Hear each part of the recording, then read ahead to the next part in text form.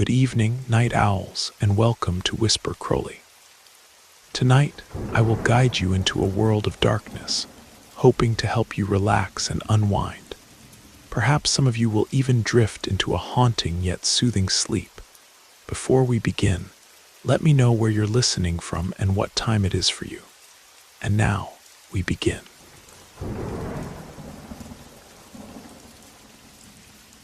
Good evening. I've been following your work for a while now, and tonight I finally decided to write to you.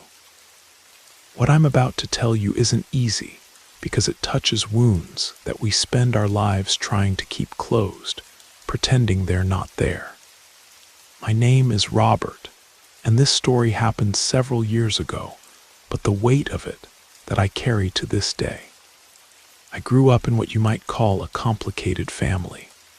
It wasn't about lack of money or illness or anything you could point to and say, that's the problem. It was something in the air, a bitterness that passed from one person to another like the flu, you know. My father, my uncles, my older cousins lived constantly needling each other over inheritance of land that didn't even exist anymore, rehashing petty arguments from parties 20 years past.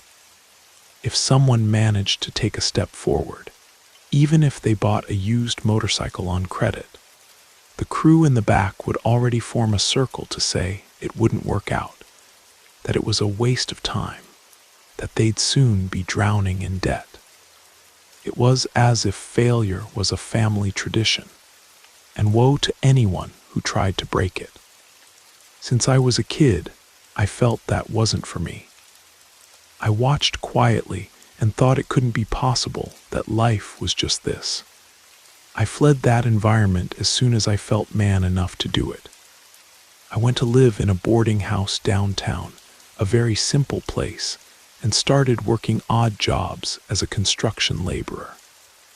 I carried many buckets of cement. I learned the trade the hard way. It was during that time, grinding from sunrise to sunset, that I met Clara, my wife. She was the complete opposite of everything I knew in my family. She had a calmness, a faith in people, and in the future that was almost unsettling to me. The two of us worked like crazy for almost a decade. I had already become a skilled worker, taking on some renovation jobs on my own. She cleaned houses, took care of elderly people, whatever came up. Every penny was saved. Our big dream even had a name. Our corner, our little market. We bought a small lot in one of those simpler, more remote residential neighborhoods, with some houses on one side and lots of woods on the other. For a whole year, every weekend and every night, I raised the walls of our little house in the back and in the front, the hall of our grocery store. Every brick there has our sweat in it. The day we finally opened, I'll never forget it.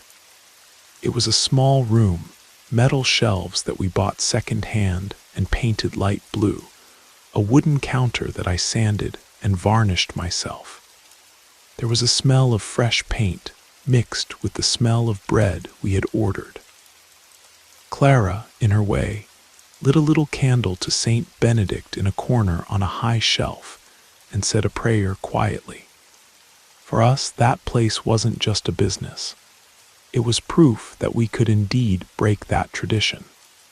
It was our sanctuary, the place where bitterness couldn't enter. In the beginning, everything was wonderful.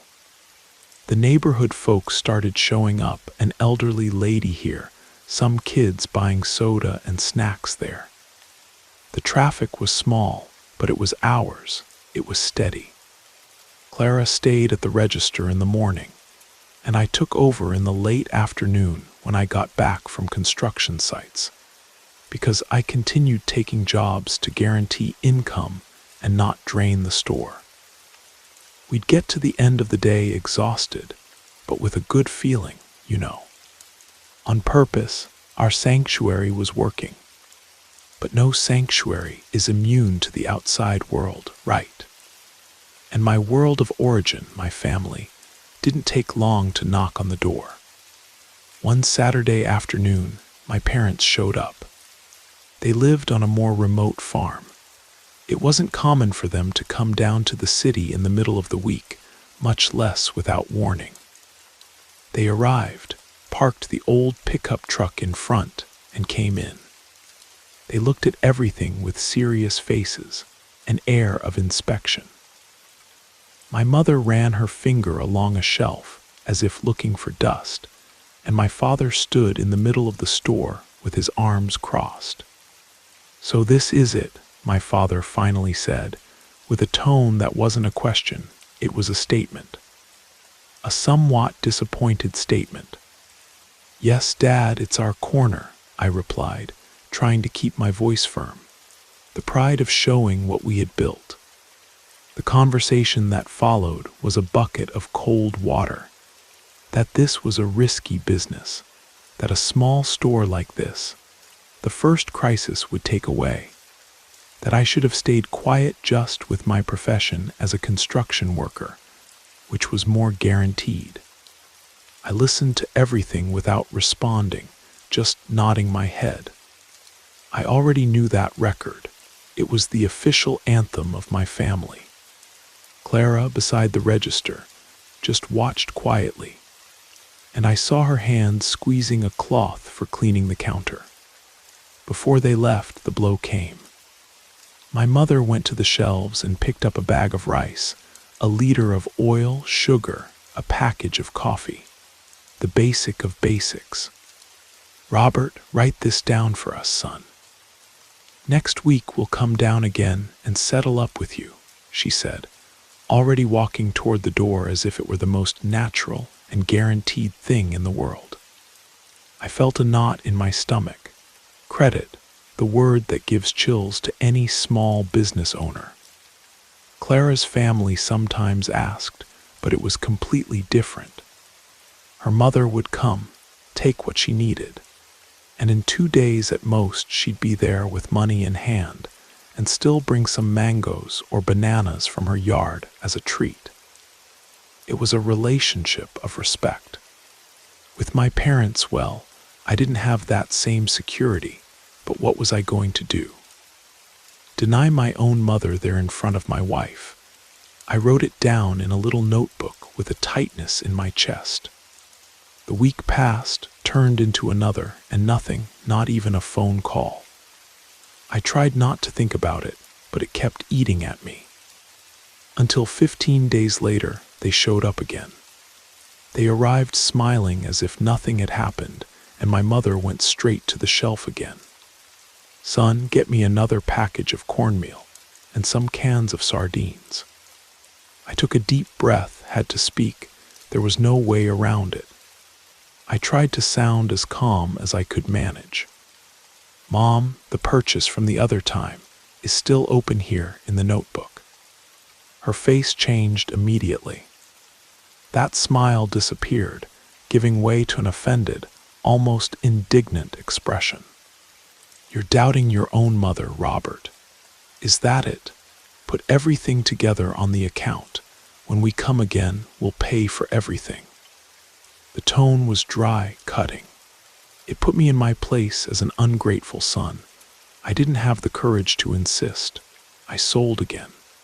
They left and left behind not only a bigger debt, but that rotten feeling in the air. The feeling that they had succeeded. They had found a crack in the wall of my sanctuary. And I knew it. I knew very well that this was just the beginning. The news or the gossip spread quickly in the family. If Robert's parents could buy on credit, why not the rest? First, it was an uncle, then a cousin, then a second cousin I hadn't seen since childhood. They'd arrive at the store friendly, pat me on the back, praise the place, buy a soda, pay for it. Then on the way out, "Oh, Robert, get me a pack of cigarettes. Write it down, I'll come by tomorrow and pay." And of course, they never came back. It was a constant test and provocation. That was consuming me from inside. It wasn't even so much about the lost money, it was about the affront, the lack of respect for our effort. But the last straw, the day everything soured for good, was on a Friday afternoon. I was at the register, and my son, Tommy, who was 5 at the time, was playing on the floor behind the counter with some toy cars. The door opened, and a cousin of mine came in. I smelled the liquor from far away. He came staggering with that smile of someone who's already drunk all there is and thinks he owns the world. He went straight to the beer cooler, grabbed about 4 bottles, and slammed them on the counter. The sound of glass hitting would made Tommy shrink back. "What's up, cousin? Put it on the account. The weekend looks promising," he said with a slurred voice. "No," I replied as firmly as I could without raising my tone.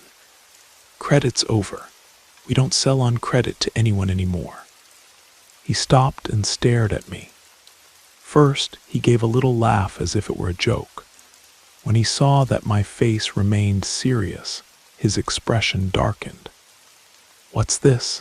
Now you've become a rich guy. Think you're better than family because you have this shitty little store." "Leave," I said quietly, pointing with my head toward my son. "Tommy's here. I don't want trouble in front of him." That seemed to throw more alcohol on his fire. He slammed his hand on the counter hard. "Tommy you worry about, but you don't worry about your family, about what my father already lent to yours, and you deny me a beer." He started yelling, cursing, gave a slap to a snack display that fell over, and scattered everything on the floor. The noise made my son start crying, a loud cry of pure fright. At that moment, something inside me exploded. I came out from behind the counter, grabbed him by the arm with a strength I didn't know I had, and dragged him outside the store. "Get lost. Don't ever set foot in my business in my house again. Get lost." He kept yelling things from the street, calling me every name in the book. But I slammed the metal door in his face. I stood there with my back to the door, trembling with rage, while Clara picked up our son to calm him down. That night the food wouldn't go down. I knew I had crossed a line. And as I expected, in less than 2 days I was the monster of the family. The version that reached everyone's ears was that I, the arrogant new rich guy, had humiliated and assaulted a poor cousin just because he asked me for help. Nobody mentioned that he was drunk, that he scared my son. That part of the story simply disappeared. The confirmation came when my parents showed up at the store a few days later. They didn't come to hear my side, they came to sentence me. "What got into you, Robert?" My mother began with a voice full of disappointment. "Attacking a relative, where have you ever seen such a thing? We didn't raise you to be like this." That's when I exploded. Raised me how? To bow my head to everything. To see a drunk relative scaring my son and stay quiet. Before you come talk about him, why don't you pay what you owe me? You don't mix things up. Family is family, my father retorted, raising his voice for the first time. "No," I shouted, banging my hand on my own counter. "Here, in this place, it's all the same thing. It's my work, it's my money, it's my family mine, the one I built with Clara. And I won't let your bitterness come in here and ruin everything." I said everything that had been choking me for years, that I left home to not be like them, that I never received help from anyone and didn't owe explanations to anyone. I said that from that day on, the rule was simple. Only those who came as customers entered my little market, relative, friend, whoever. If it wasn't to respect, they should stay away. They looked at me as if I were a complete stranger, a traitor. They left without saying another word. When the steel door came down making that sound of ending, a heavy silence remained in the store. I had finally said everything. I had erected a definitive wall, but I didn't feel relief. I felt an enormous emptiness. I had broken with my own blood. After that fight, a strange silence settled in. No relative of mine even passed by the store street. On one hand, it was a relief. The tension was over. We could work in peace. But on the other hand, that weighed on me. I'd get to night, lay my head on the pillow, and keep brooding. Had I not exaggerated? Wasn't there another way to solve it? Clara told me with all the patience in the world that I did what had to be done to protect our home. But doubt was eating at me. It was during this period of strange calm, about 2 weeks after the rupture, that things really began. And it wasn't anything flashy, no door slamming or shadows in the hallway. It was more subtle, more disgusting. It started with the rust. I had received a box of corn and pecans from a new supplier, first-rate product with long expiration dates.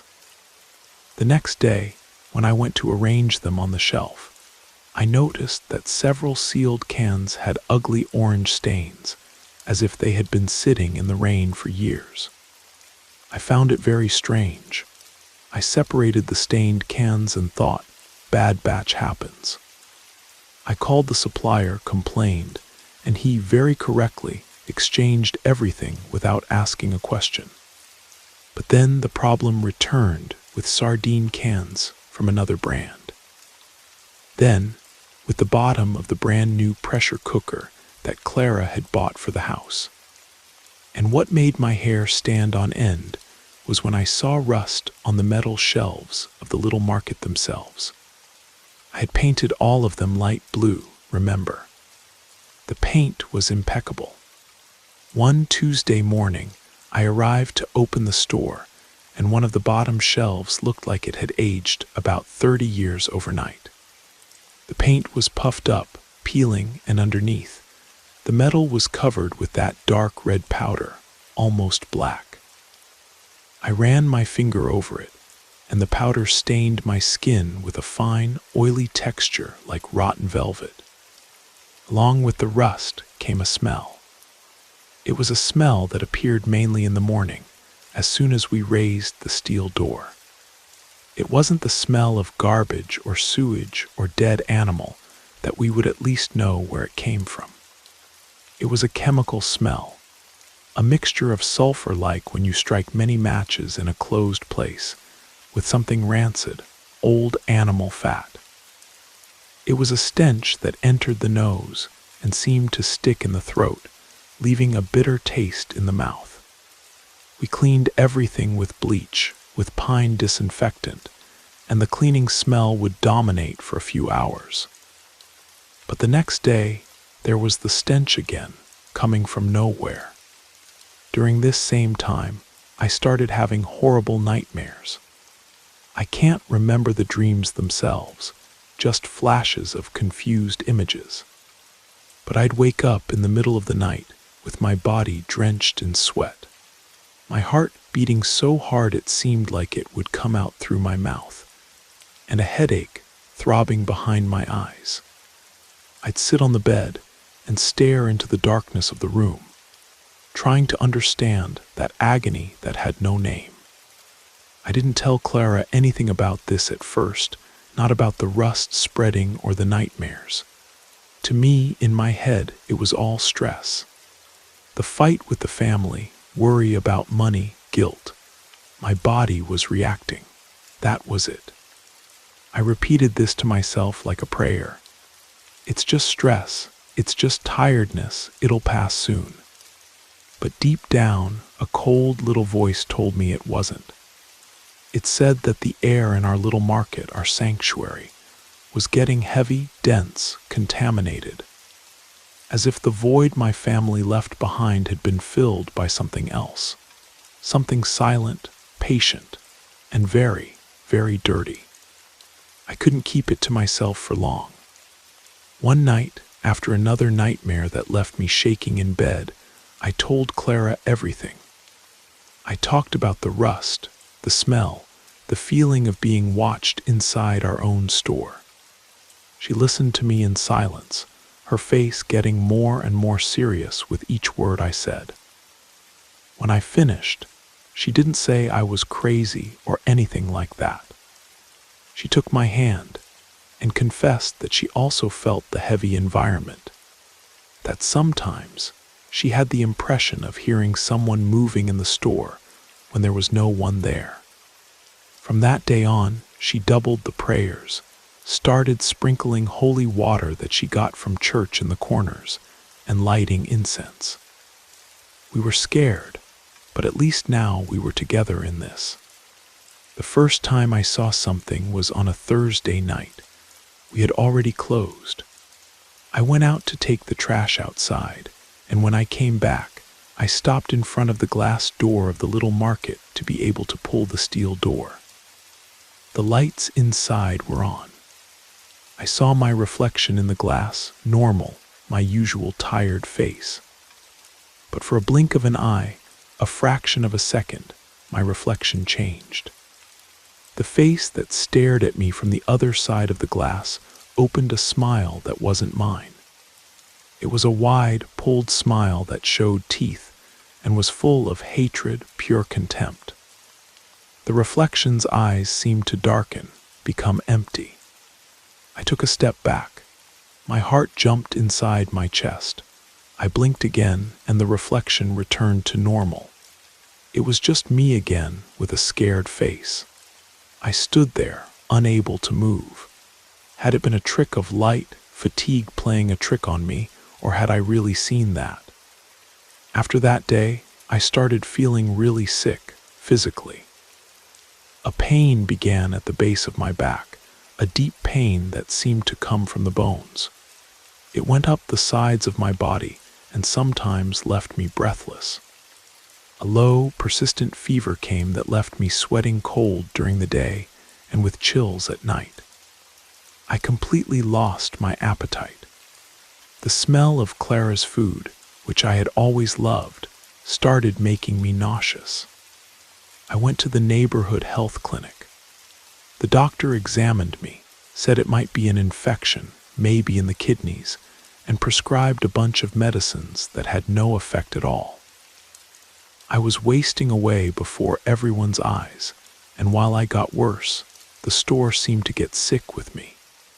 The rust and smell were already part of the routine, but now the food started spoiling in an impossible way. We'd open a sealed jar of jam and find a thick layer of green mold on top. A factory-sealed package of cookies, and inside they were soft and covered with disgusting black spots. A customer came back to the store furious, saying that the can of peaches in syrup she bought here was full of white larvae. We went through an embarrassment I wouldn't wish on anyone. We were losing money, merchandise, and worst of all, customers and our credibility. The real terror, however, the confirmation that we weren't crazy, came on a Saturday afternoon. I was lying at home, ground down with pain, and Clara was doing a general cleaning in the little market. Suddenly I heard our house door slam shut with everything, and she came running in, white as paper, trembling from head to toe. Robert, she stammered, barely able to form words. I sat up in bed, my whole body aching, scared by her state. What happened, honey? For God's sake, what happened? She grabbed onto me, crying with her face hidden in my shoulder. I saw you in the store. What do you mean, Clara? I'm here lying down. She raised her face, and I saw the terror in her eyes. It was something I had never seen in anyone. No, it wasn't you. I was with my back turned, cleaning the bottom shelf. I felt a chill on the back of my neck, like someone was watching me. When I looked back, there was someone on the floor crawling toward me, coming from the back of the store. She took a deep breath, sobbing. "It was you, Robert, your body, your work clothes." But it was crawling like an animal, all twisted. The arms seemed longer, and the face. The face was covered by something black. A dark, thick mud that was dripping and falling on the floor and making a noise. A wet throat noise, like it was drowning in the dry. At that moment, while she described that disgusting scene to me, I felt a cold that wasn't from fever. There was no more room for doubt, for thinking it was stress or imagination. The thing that was in our store, that was rotting our dream, was now using my face and was trying to get close to my wife. After what Clara saw, fear settled in our house for good. It was no longer a suspicion, a feeling, it was a certainty. There was something in there, inside that store, and it wasn't friendly. We barely slept. Any creak in the house would make us jump. One night, Tommy woke up crying and asked Clara who the dirty man was who kept looking at him from the corner of the store. At that moment, fear turned into panic. Clara wouldn't enter the little market alone anymore, no way. And I, even with the pain in my body and weakness consuming me, accompanied her.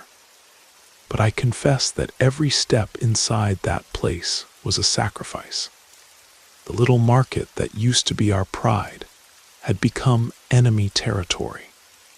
Customer traffic had already dropped to almost nothing. The few people who still came in seemed to feel the charged environment. They bought what they needed quickly, head down, and left without much conversation. We seriously thought about closing, selling everything for whatever price they'd give, and disappearing from there. But go where? Do what? Everything we had, every penny saved in 10 years of hard work, was invested in those walls, those shelves. We were trapped in our own nightmare. We thought things couldn't get worse. We were very wrong. One Monday morning, we woke up after a terrible night. Clara said she had a horrible nightmare with the sound of glass breaking, a sound that wouldn't stop. I tried to say it was just a bad dream, but she was restless. We went to open the store as always, a ritual that was now full of dread. I unlocked the big padlock on the steel door and raised the metal sheet with my whole body aching. And we both stopped, frozen in the doorway. The store was destroyed. There's no other word, destroyed. It looked like a hurricane had passed through there, but only in there. Heavy metal shelves that I myself had screwed to the wall were turned upside down. Glass bottles of oil, vinegar, juice were shattered everywhere. The walls were stained, and the floor was a carpet of glass shards, scattered food, and sticky liquids. There was a 25-pound bag of wheat flour torn open, and the white powder was spread over everything like dirty snow. On top of the flour, someone or something had spilled bottles of soybean oil, forming a disgusting, slippery paste. Pasta packages had been opened and thrown everywhere. The smell was a sour mixture of vinegar with the sweetness of juice and the rancid oil. My first instinct, however absurd it may seem, was to think we'd been robbed. I ran, stumbling over things, to the cash register counter. The money drawer was there, intact. Not a single dollar had disappeared. I checked the windows, the back door that led to our house, everything locked from the inside, without any sign of break-in. The only entrance was the front steel door, and its padlock was in my pocket. The destruction had come from within. Clara put her hands to her mouth, her eyes full of tears, letting out a low sound of pure despair. I stood there in the middle of that chaos, that filth, looking at our dream, our work, our sweat, everything there crushed, violated on the floor. And that's when I broke down. I didn't scream, didn't curse, I just started crying. I crouched in the middle of the mess and cried like a child, a silent cry of pure helplessness. I cried from anger, from tiredness, from not understanding why. What had we done to deserve so much hatred? We just wanted to work in peace. Why did someone or something hate us so much as to do this? I felt Clara's hand on my shoulder. She had stopped crying. Her face, when I looked up, had a hard, determined expression, one I had never seen. Her shock had turned to anger too. She crouched in front of me, in the middle of the dirt, and made me look at her. "Robert, get up, stop crying. This here wasn't done by people. It wasn't your cousin, it wasn't thieves. This was something else.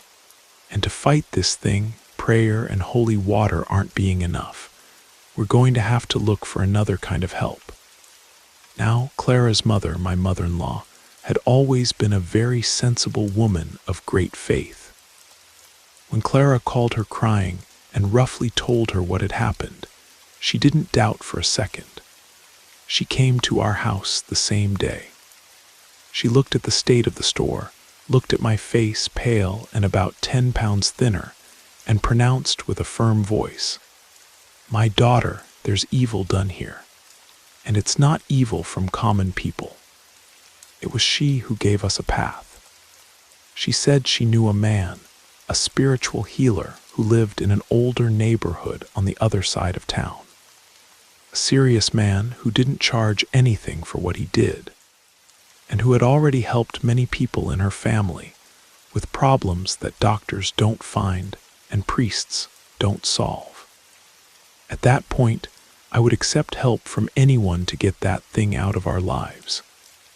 I just nodded yes, feeling a drop of hope for the first time in months. The next day, all three of us went. The man's house was simple, an old 2-story house with a low iron gate painted green.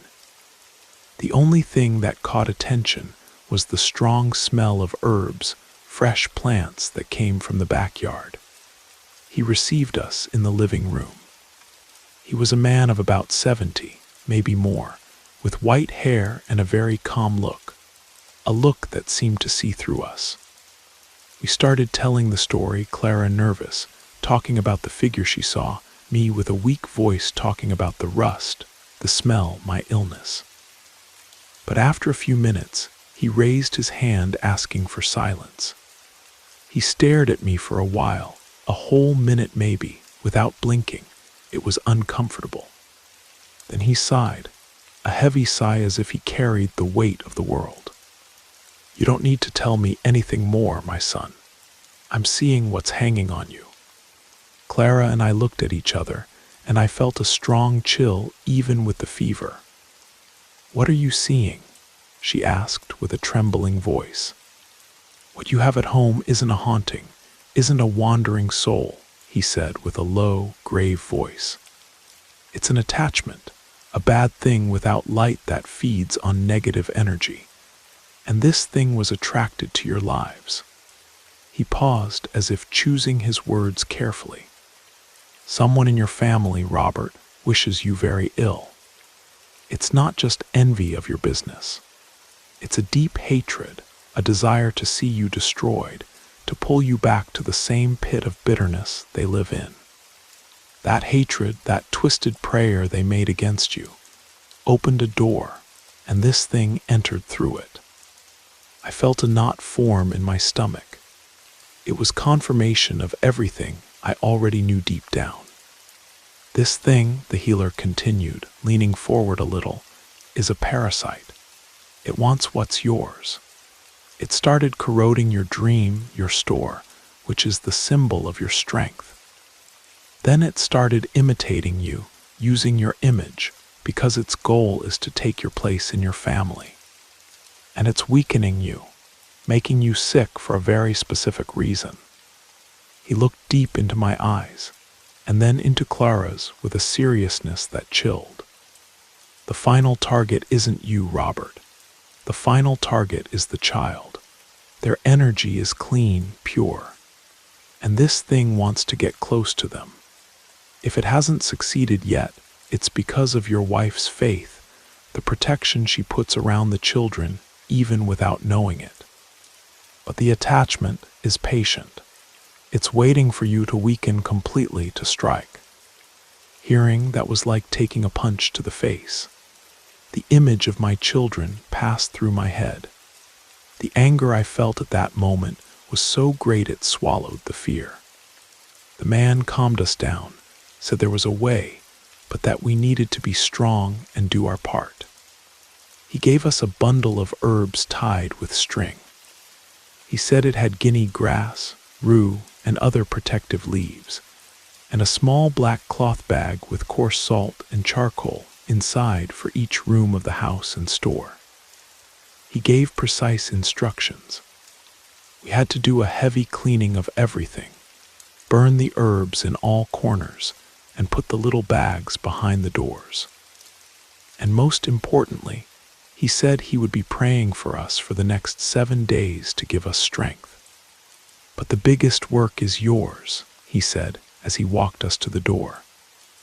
Faith drives away evil, but we also have to lock the lock through which it entered. We left there in silence. I was driving, but my head was miles away. Now the enemy had a name, and I knew exactly what lock I needed to lock once and for all. We returned home with a different energy. The fear was still there deep down, but now it had a companion, determination. We didn't wait for the next day. We started the cleaning that same afternoon. It was 2 full days of work. My mother-in-law, an angel in our lives, stayed with the children at her house to leave us in peace. Clara and I put on old clothes and entered the war. We threw away almost half of our stock. All the cans, all the packages that seemed suspicious, everything went into reinforced garbage bags. The metal shelves that were most affected by rust, I dismantled and threw in the dumpster. I didn't want any trace of that rot there. We washed the floor and walls with buckets of a mixture of water and coarse salt, as the man had instructed. The store was almost empty. It seemed like we were starting from scratch again. After the physical cleaning came the spiritual. At dusk on the second day, we closed everything and Clara began burning the bundle of herbs in a clay saucer. The smoke that rose was dense, white, and had a strong smell, but it wasn't a bad smell. It was a smell of herbs, of real cleaning. She went through every corner of the store and then our house, praying the prayers the healer taught with a firm voice. I followed behind in silence, hanging the salt and charcoal bags behind each door. While the smoke filled the air, we heard a single sharp crack coming from the back of the store, like something glass breaking under invisible pressure, followed by a wave of cold that passed through us and dissipated in the air. Soon after, I felt something strange. The pain in my back, that deep pain that had accompanied me for weeks, began to diminish. It seemed like an invisible weight was being lifted from my shoulders. That night, for the first time in a very, very long time, I slept through the night without nightmares. The next day, the fever had finally gone away. Gradually, life returned to normal, or rather to new normal. The store, now clean and half empty, no longer seemed so heavy. The air was lighter. We restocked carefully, buying little, just the essentials. Some old customers, seeing that we were still standing, came back. New ones appeared. It was a slow, difficult restart, but it was truly ours. And I did what needed to be done. I locked the lock.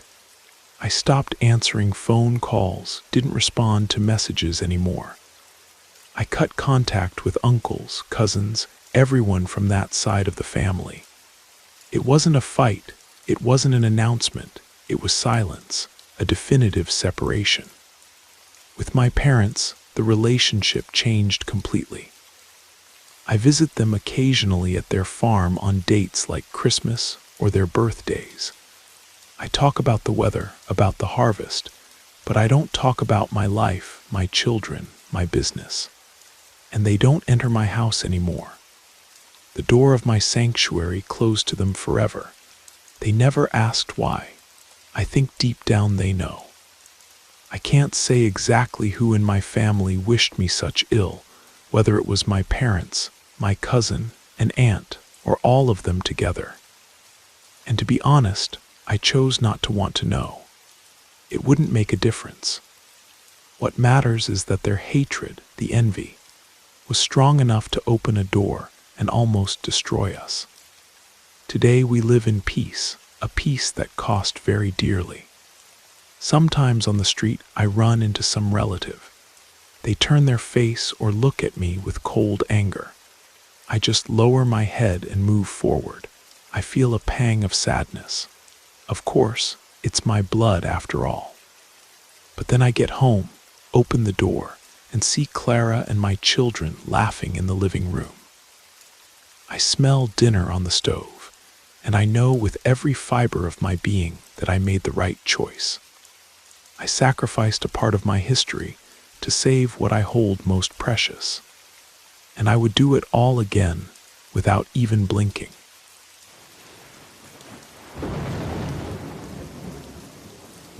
I hope you enjoyed the first story. If you did, don't forget to leave a like. But if I didn't do my job well, feel free to give it a thumbs down. Either way, drop a comment and let us know where you're listening from and what time it is for you. Now, let's continue. Do you remember that viral video where a storm destroyed a farmer's market? There have been several, I think, but one of those. We knew it was going to rain, but we couldn't stop setting up. We'd already had 3 Saturdays in a row where we had to pack up everything early because of rain. This time was worse. First, the wind tore down some tents, dismantled several stalls. Then the water with hail finished by knocking down tarps, ruining everything. But when it really let loose, when the downpour got stronger, it created a terrifying river. A black, coffee-colored river like mud mixed with oil, and it smelled. I can't explain how it smelled. Those were moments of horror. I'm not exaggerating. Boxes, bags, fruits, vegetables, water jugs, a bicycle were flowing by. First 1 stall, then 2 stalls, then all the stalls. Gas tanks rolled like balls. The trash scattered everywhere, but the worst thing wasn't the trash. It was the water itself. It was what came with the river. Everything that was in the streets emerged. The current was lifting manholes. From the storm drains, jets of black water with bubbles that smelled like sulfur were spurting out. The foam that floated looked like spoiled milk skin.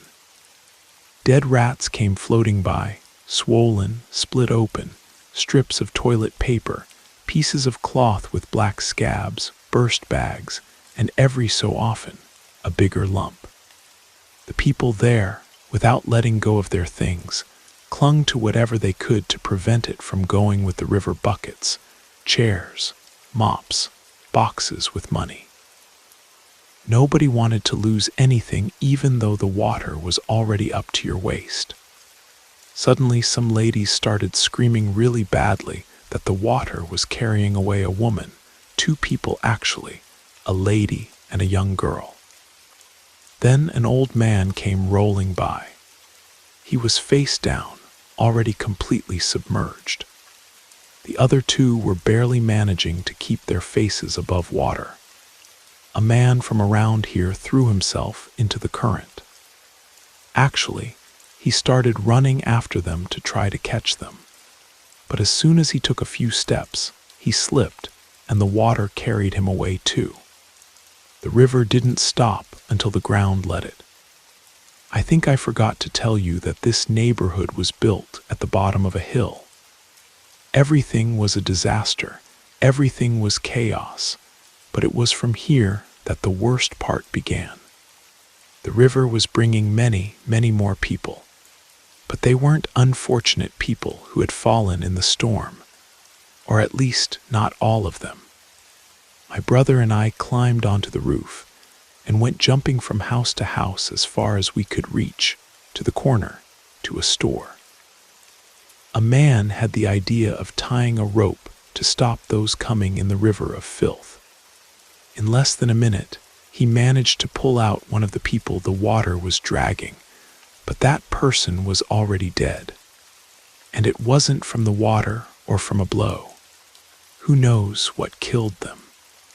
Actually, they were bodies that the water had unearthed, probably from some cemetery, or imagine something worse, because there were no cemeteries around there, from someone's backyard up there. It was clear, or there was no mistaking it. There were bodies in advanced states of decomposition. They came with arms hanging, skin in strips, faces swollen and dark with mouths open. You still couldn't see their teeth, as if they were smiling. There were loose parts, an arm floating alone, hitting against the walls. Long hair tangled in branches, a leg stuck in a storm drain. The smell was unbearable. It was an acid, sickly sweet stench that stuck in your throat and wouldn't go away. Your eyes watered from the pure stench. My brother and I, in all that time, easily saw about 12 bodies that the water was dragging, plus the one they pulled out at the store. Several people recorded it, uploaded it to social media, but the algorithm took them down almost immediately. They were very strong videos, too graphic. We made it to the store, and from there, we couldn't advance anymore. We stayed watching everything from the roof. The rain had subsided a little, but the river was still just as fierce. From there, just like those who were in the store, and some people who were looking out the windows of another house, we saw a body get stuck on a light post. It was left sitting, like leaning against it. I saw it very clearly. It lifted its head, moved its face, and looked at us. The eyes were dim, yes, but it looked at us. I swear it. At that moment, I heard everyone in the store start screaming. "It's looking up," they said. A few seconds later, that body moved again, like trying to get unstuck, to free itself, until it let itself go again with the current. I swear that night I couldn't sleep. I was left with the image stuck in my head of everything, of what I saw, of what was in the water. Because it's one thing for them to tell you that rainwater is dirty, and quite another to see it, to smell it. Everything goes there: trash, dead animals, pieces of mattresses, viscera, syringes, swollen rats, rotten plastic, and then bodies. Bodies that the earth had already started to eat, swollen, burst in some places, with skin floating separately. That runs through our streets when the city comes crashing down. And the worst thing is that the city doesn't swallow anything, it returns everything. We just watch it pass by.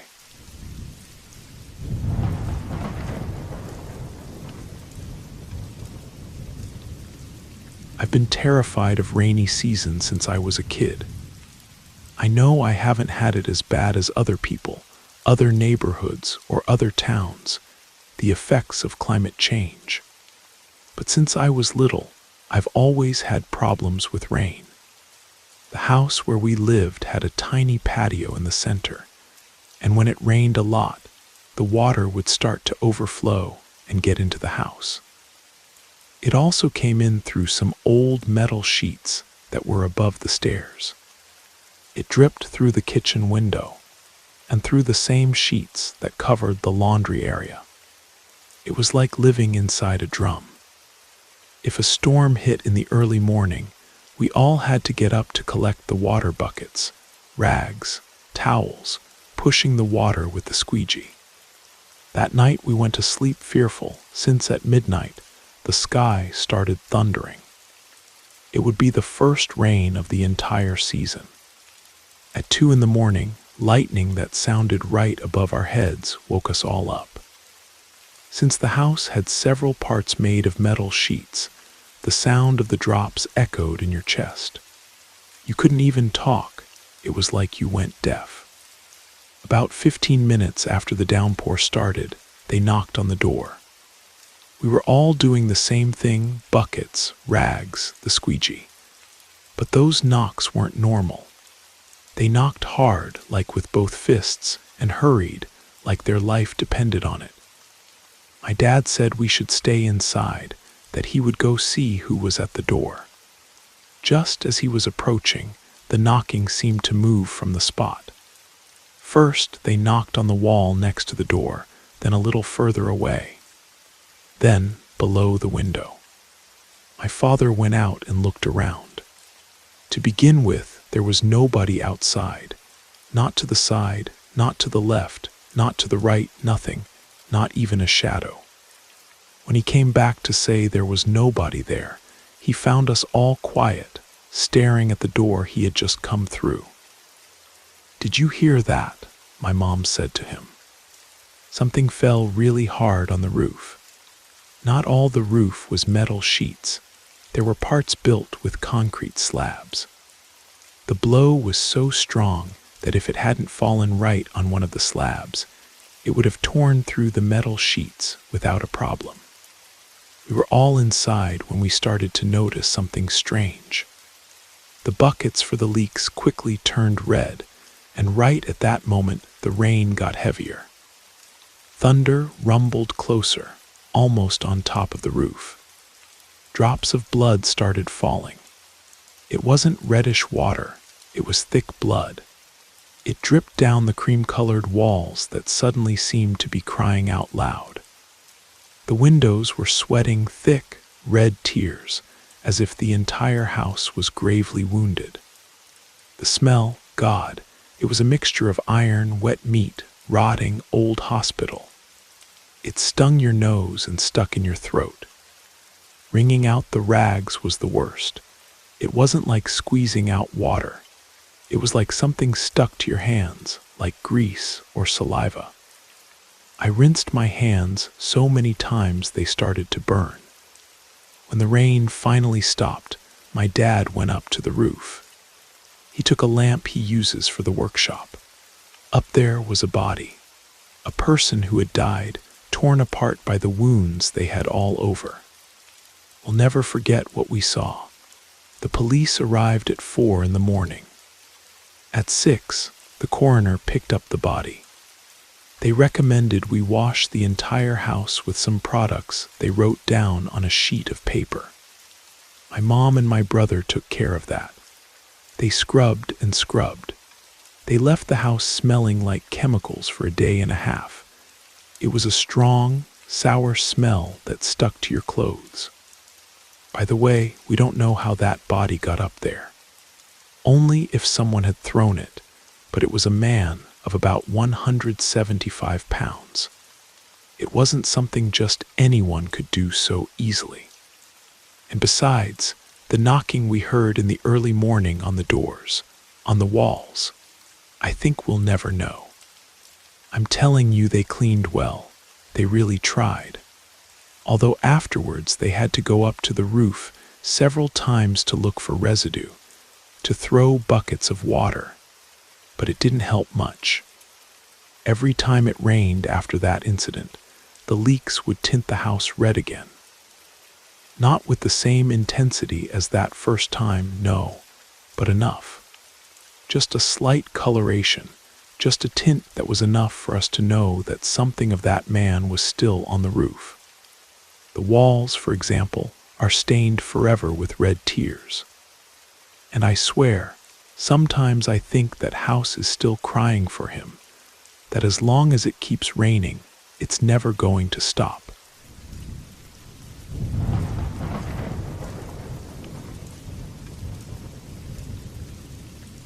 We were going to stay awake a while longer because of the rain, waiting to make sure it wasn't going to flood again. We were finishing locking all the doors when suddenly someone knocked on the main one. We had already seen that water was getting in from the street. Whoever was outside probably had their feet in the puddle. My brother, who was the only one with rain boots, went to open it. Water had already gotten in under the gate. There was a puddle that already covered almost the entire entryway. It was a woman. She was completely soaked. The gate had an awning, but with the wind that was blowing, there was no way to take shelter. My brother, without knowing her, told her to come in, not to stand there getting wet, but the woman stepped back. She wasn't looking for shelter, she was asking for help. Her son had slipped from her arms. Outside, the street no longer existed, now it was a lagoon. The water covered the sidewalk and a good stretch more, and those sidewalks were higher than normal ones. My brother went out after the woman in the rain. He didn't even take time to get his raincoat. A child's life comes first. The woman had her feet completely submerged. She was barefoot, and it seemed like she couldn't even feel the cold anymore. It didn't take long. My brother returned to the house shortly after. He came pale, white, soaked. He said he had seen something terrifying. He said the woman led him between a tree and a truck that was in the middle of the street. There was a bigger puddle there, an open storm drain, and a whirlpool of water that at times swallowed with force and then spit out thick jets, as if the street itself was breathing. "That's where the boy went," the woman told him, crying. "That's where he fell."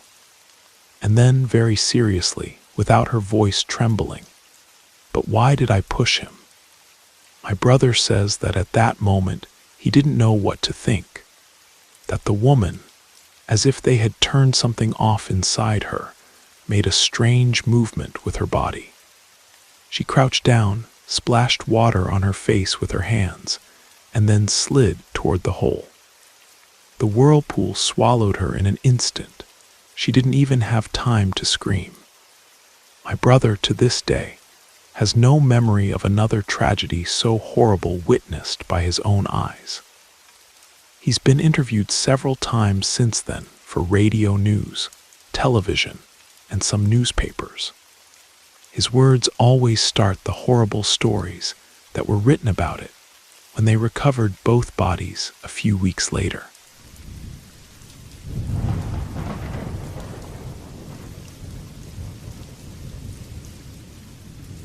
I leave work at 4. I work in a building on 5th Avenue, almost across from Madison Square Garden. I live nearby. I can walk home.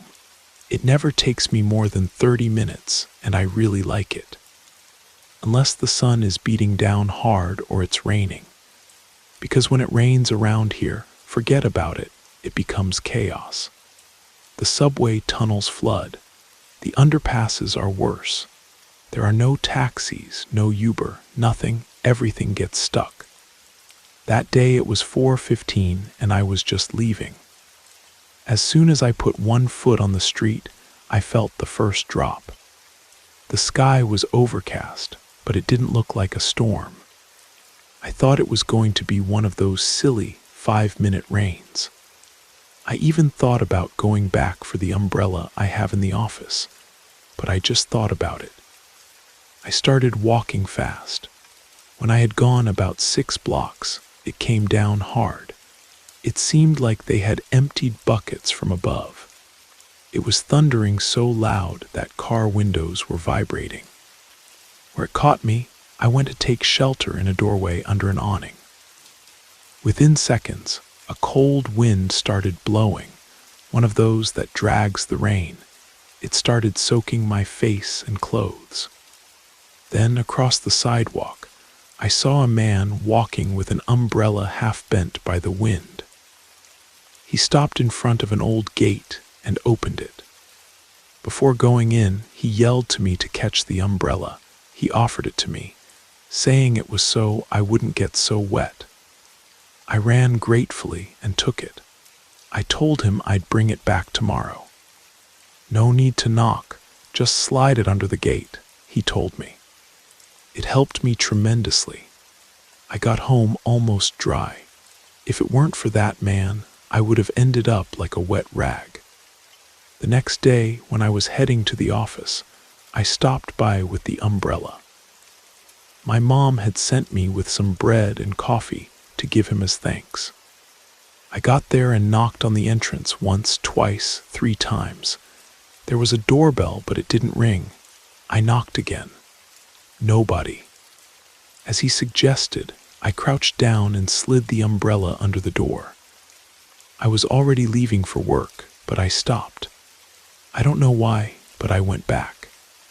I approached and looked through the crack, through a gap between the gate and the wall where you could see just the courtyard.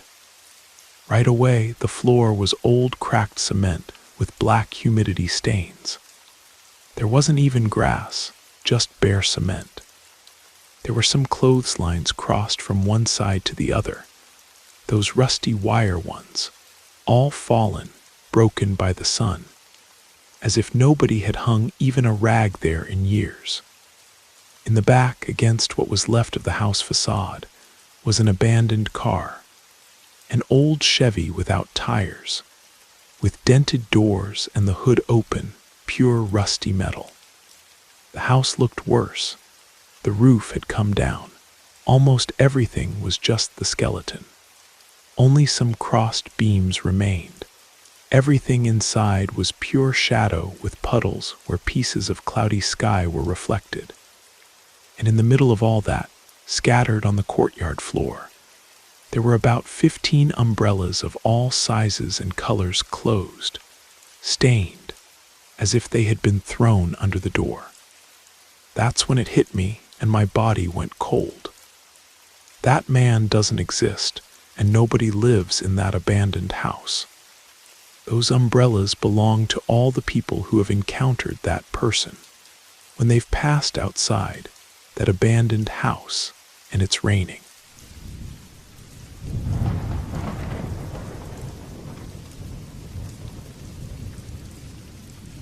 My story is short, but the memory is forever. One afternoon I was at home. It was starting to rain, first gently, but it kept building until it became heavy rain. I looked out the window to see how the street was getting, and there I saw him. A child exactly outside the house was getting soaked. He was looking from side to side, as if waiting for someone to pick him up. I leaned out more and yelled that I was going to open the door so he wouldn't get any wetter.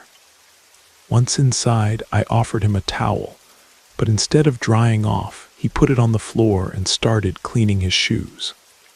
I asked him if he was hungry. He said yes. I served him something. When he sat at the table, I finally got a good look at him. It wasn't a child, it was an older man, but not just in age, he was strange. Imagine a goblin. Large features, bulging eyes like glass, flat nose, wide mouth with thick, cracked lips, bony hands, long fingers, yellow nails. But it wasn't just how he looked. He was someone disgusting and rude. He ate with his hands, spat on the house floor, and threw me looks I can't explain. I felt like he was dirtying me just by looking at me. When my brother arrived, I asked him to kick him out, and he did. He left without saying a word. After the scare and anger passed, we started laughing. What else could we do? Just as I was going to sleep, it occurred to me to check a jewelry box I had hidden in a cabinet. I was missing things, not just from there, but also from my purse. It must have been that guy. Some time later, I told this to a coworker at the school where I work, and she told me something similar.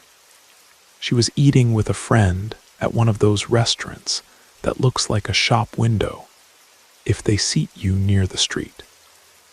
They were finishing when they saw a child getting wet in the rain, standing in front of a bunch of scattered food on the ground. They felt a hollow in their stomachs despite having stuffed themselves with seafood. They called him. They asked a waiter to let him in. They bought him food. As soon as they served him, what they were seeing changed. The same thing happened to them as to me. He stopped looking like a child. He was an adult with clothes that didn't fit him. A horrible person. He cleaned himself on the tablecloth, and at one point he touched my friend's leg with his toenails. They left there immediately. They left money on the table and swore never to invite anyone to their table again. I don't know where else I've heard something similar, but I found a constant. The rain. That creature that changes shape likes to come out when it rains.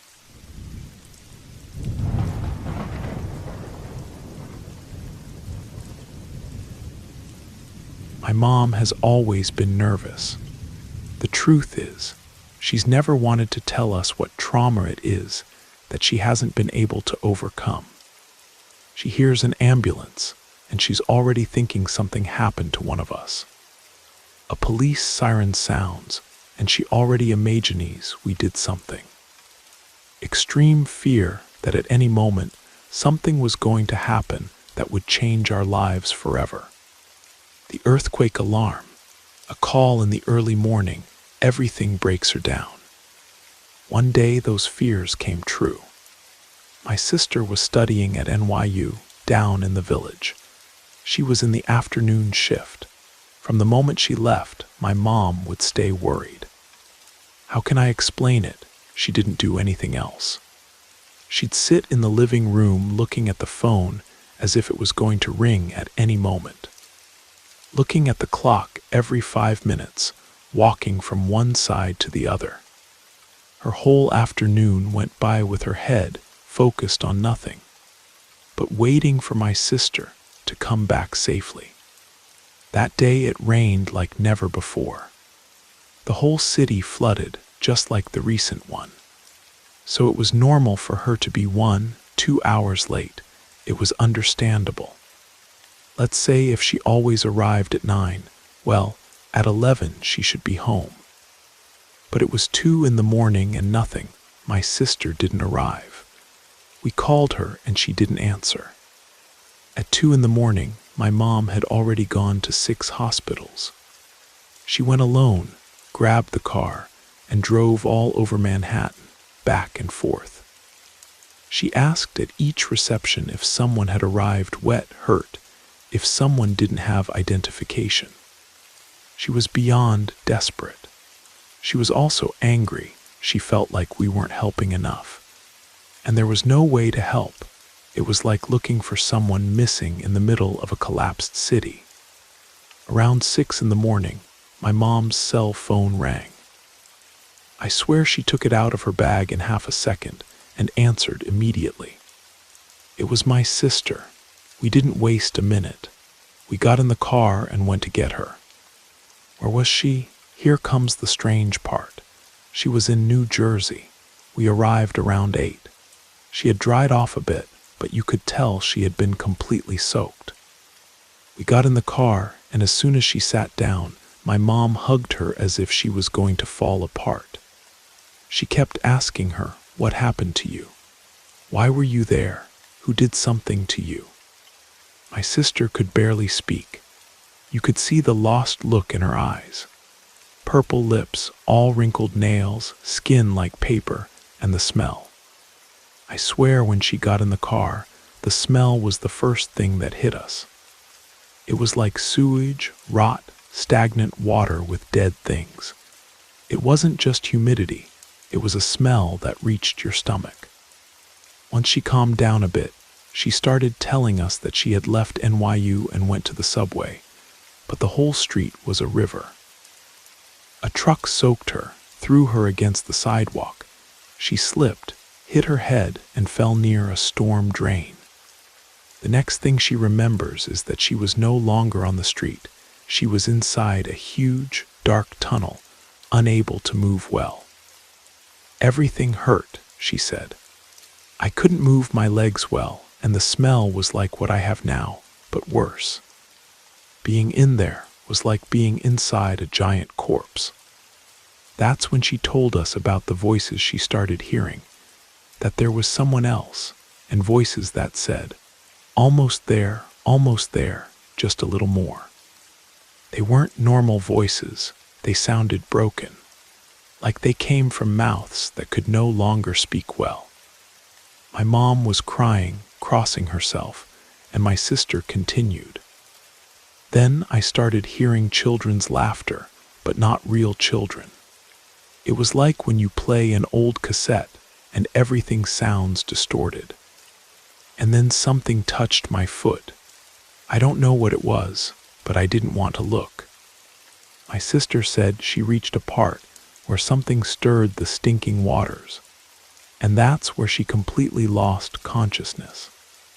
When she came to, she was lying next to the canal, the sky already dawning. The person who found her was a lady who was going to work at that hour. She saw her floating face up in a green canal in the open air, among branches and plastics. It was she who called the patrol there in Elizabeth. We didn't understand anything. How long was she in the sewers? How could she survive? It's impossible for that to happen. For that to happen, she would have had to cross pumping plants, collapsed tunnels, miles of sewers full of rotten things, metal, trash. Nobody survives that. Nobody comes out walking, even if the current had carried her floating on the surface. But there she was, and she kept saying, "Mom, down there I wasn't alone." They weren't the common sounds of water. Down there are living things. Since that day, my mom got one more fear. The irrational fear that it would start raining.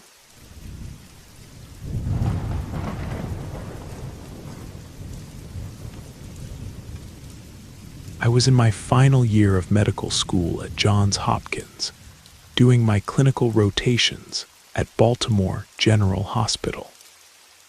Thanks to my supervising physician, Dr. Martinez, I'd secured a spot in one of the downtown hospitals near Federal Hill. I had finished all my coursework and was dedicating myself entirely to these practical rotations. I was grateful that things worked out this way because the available shifts were either very early mornings or night shifts, and I chose the latter. Dr. Martinez recommended the night shift, explaining that it would be quieter and the staff would have more time to teach me, whereas the morning shifts were swamped with work. He was absolutely right. I spent 5 months as an assistant to Dr. Harrison, who worked in the morgue. I had been in other hospital morgues and anatomy labs during classes, where we observed procedures and had some hands-on practice in school. So many things weren't entirely new to me. However, being directly involved as an assistant in complete procedures was different. I felt the weight of responsibility when handling someone who had passed away. During those 5 months, I handled mostly administrative tasks and occasionally helped with cases, especially around midnight or 1 in the morning, when the pace was much different, calmer, though I was always monitoring the intake of bodies to the morgue. Sometimes I had to catch up and read the intake reports from other shifts, because we sometimes worked with cases from their rotations too. When bodies arrived, we'd enter basic introductory information, the cause of death, any distinguishing marks like tattoos or scars, just a preliminary overview because we hadn't worked with them yet. You'll see why I mention this detail later. I was leaving the morgue to deliver some documents to the reception desk. My supervisor said he would bring out the next patient, that's what he called them, and place them on the examination table while I went upstairs and returned. As I was approaching the reception area, going up one floor around 12:30 at night, I caught a strong smell of something burning. It smelled like when meat overcooks and burns. I walked a bit faster toward reception, but I didn't see any smoke, people running, or anything alarming. There were very few people at that hour, but since I didn't see anything and still smelled that odor, I arrived at reception confused. I saw my colleague at the front desk staring nervously at his computer screen. I greeted him and handed over the file, which seemed to snap him out of a trance because he startled slightly and thanked me without losing that worried expression. I asked if he was all right, wanting him to respond, so I could also ask what that smell was. He got up from his chair and approached me, speaking in a low voice. That's why he came closer. When you came up here just now, you came through the hallway, right? Didn't you see the burned kid? I told him yes. I came through the hallway, but I didn't see anyone. I also mentioned that I didn't see anyone being wheeled on a gurney, which would be strange anyway, because the emergency room wasn't on this side. That's where they'd normally treat such cases, which would at least explain the burning smell. Not on a gurney, no. Really, you didn't see him. A young man completely burned just walked by here. He had severe degree burn marks, barely able to walk, heading toward the back. You must have crossed paths with him. Well, I don't think so, because you're going to think I'm losing my mind. But they brought him in this afternoon on a gurney. But he was already headed to the morgue. This took me completely by surprise. I'd been doing this work for the time I mentioned, but I'd never encountered anything like someone talking about something like this. Yes, stories were told around the hospital, but this was different because he was talking about someone who had arrived at the morgue. Before I could tell him not to joke about such things, he said, very distressed, "Why do you think it smells like that?" I hadn't asked him this yet, and in fact, it still smelled like burning, though less than when I arrived, but the smell persisted. He told me that yes, they did see things like this sometimes, but nothing happened, and it was good that I didn't see him because it would have scared me. He said this because he surely saw my horrified expression, and he was more worried about me since he did look frightened. He told me not to worry, and if I ever encountered something like this, I should be sure that person shouldn't be walking around, that I should acknowledge them and know they had already passed away, and we should leave them alone and not interact with them. This really scared me to the point where I decided to take the stairs back down to the morgue. I was thinking about this as I walked, and that smell was no longer there. I arrived to find my supervisor, and the person he had laid out on the examination table was this young man, and he looked exactly as my colleague at reception had described him. My supervisor saw my face and asked what was wrong, knowing I hadn't encountered a case like this before, saying he would teach me how to work under these conditions. But my shock wasn't about what had happened to him, but because they had seen him walking upstairs and I had smelled him. I approached the table with him, disinfected my hands, put on gloves, never taking my eyes off the victim, and my supervisor noticed something was off with me.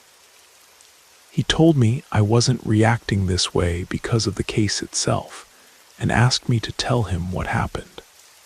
I told him everything that had happened upstairs.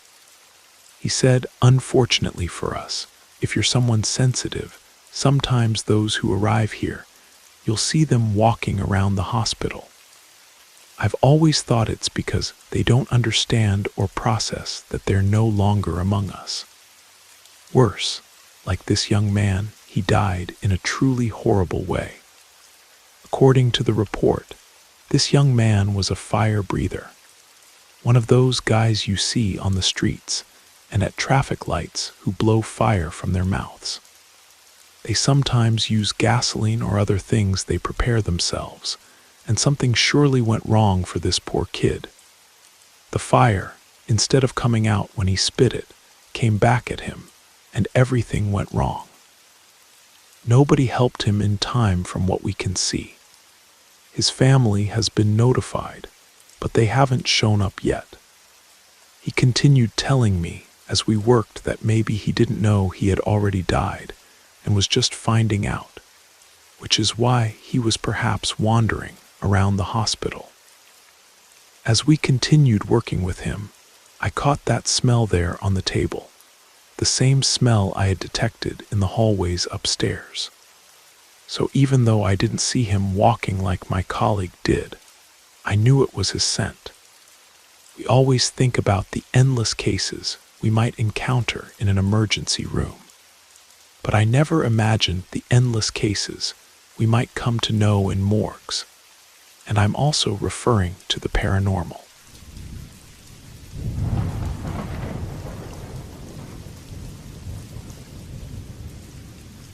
There was a job that marked me deeply. This takes me back to 2008 when I began working at a hospital in Portland, Oregon. I feel this is sensitive, so I won't say exactly which one, as it stems from many negligence issues that I hope have changed by now. At that time, I already had several years of experience in everything that's done when a person passes away. I entered this hospital I'm telling you about, and as soon as I set foot in my work area, I knew how difficult it was going to be to work there. For the morgue area, which they simply called the vault, there would only be 2 people. We only had 1 examination table and a bunch of freezer units, so we couldn't work simultaneously with more than 1 person, and the number of cases that came in simply didn't match our capacity. Even so, my colleague, who was an older man, I was 28 at the time, and he was 43, we became good friends as well as colleagues. He was a person very dedicated to his work, though the conditions there couldn't handle much more. Still, he gave his best, and I learned a lot from him. Despite both of us having the best intentions to provide good service, I'm telling you this hospital couldn't handle more.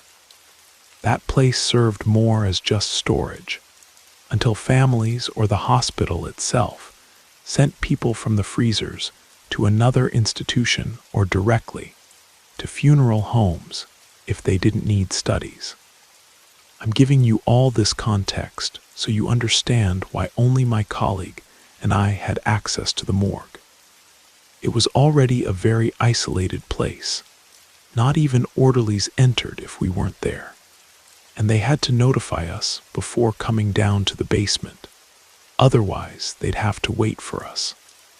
There were only 2 copies of keys, and those on the night shift had to wait for us to give them the keys, and if not, no one else could have them.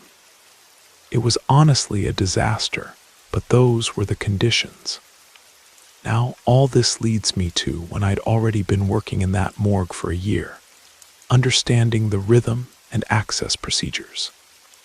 It turns out that one afternoon around 2 p.m., my colleague had taken advantage of his lunch hour to go finish some paperwork, so he left the building. I left about 40 minutes after him. We already knew that was the time when we were least needed. I locked the morgue. He also took his key since it couldn't be left with anyone else. I went to the cafeteria, spent my hour there, and returned. The fright I got that afternoon truly doesn't compare to anything I'd experienced before. Because as soon as I entered, I saw that someone behind a curtain was sitting down.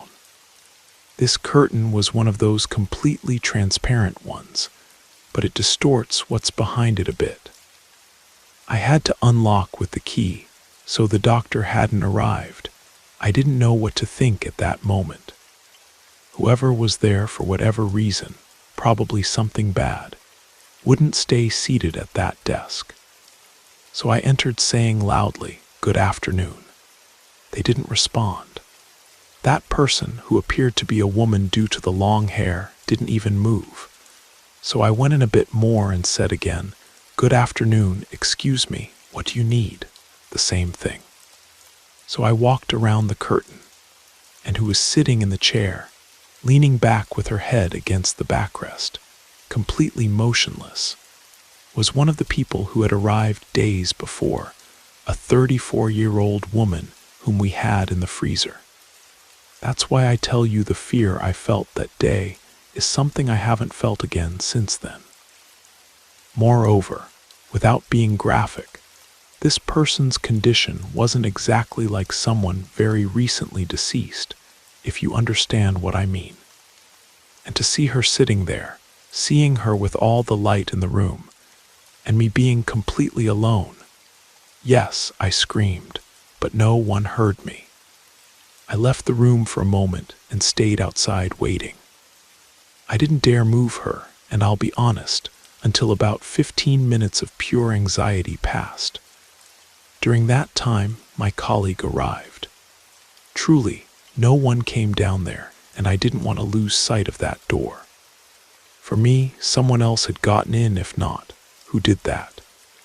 I saw that my colleague hadn't arrived before. He was the only one who could have done that. Only he had the other keys, as I mentioned, but why would he do it? I knew he wasn't capable. However, who else was there? I practically ran toward him when I saw him get off the elevator and told him someone had broken into the morgue. He started walking quickly with me, asking why I was saying that, if anything was missing, if we should call security.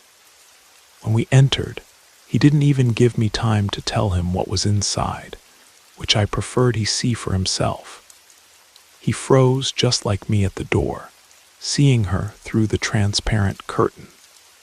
He asked if I was referring to her. I just said yes, that someone had taken her out of the freezer, and that I hadn't checked if for some reason her file was missing. He told me we had to check immediately. He walked past that curtain, and despite neither of us being affected by working with people who had passed away, seeing her in those conditions, in that chair, wasn't the same. And I knew my colleague was also shocked like me. He asked me to help him move her. We prepared to transfer her and carried her to the examination table. It was something very strange because I don't know why, but I felt like she was going to react or move on her own. When we placed her there, he told me not to call security. He started looking for the file, and there it was. Everything was there as if nothing had happened. He checked her place in the freezers, and the only thing we couldn't find was her bag, the bag she was stored in. He told me we shouldn't tell anyone. We didn't understand what had happened, but after asking each other some questions, we knew no one had entered during that time. Equally, if someone had, they would have only entered to take her out of the freezer and sit her there. For what? For a prank, knowing the trouble they'd get into with us, and then with the hospital. But how did whoever did that do it if that person didn't have the key? No matter how much we searched, the bag wasn't anywhere.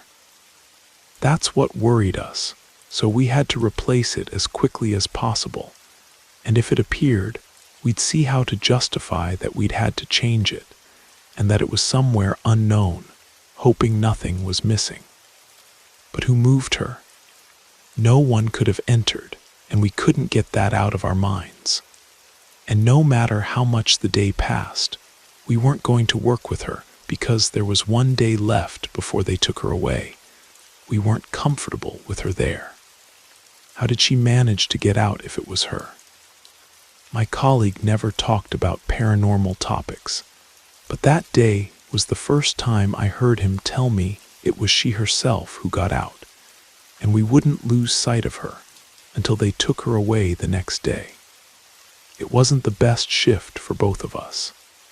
Even going home after finishing, I couldn't stop thinking about how that woman looked sitting in that chair, a chair that neither of us used again. They took her away the next day. There was never anything strange after her. Nothing went missing again.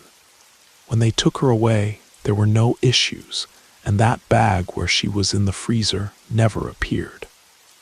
We never understood how that woman got from the freezer to the chair and waited for us, sitting there.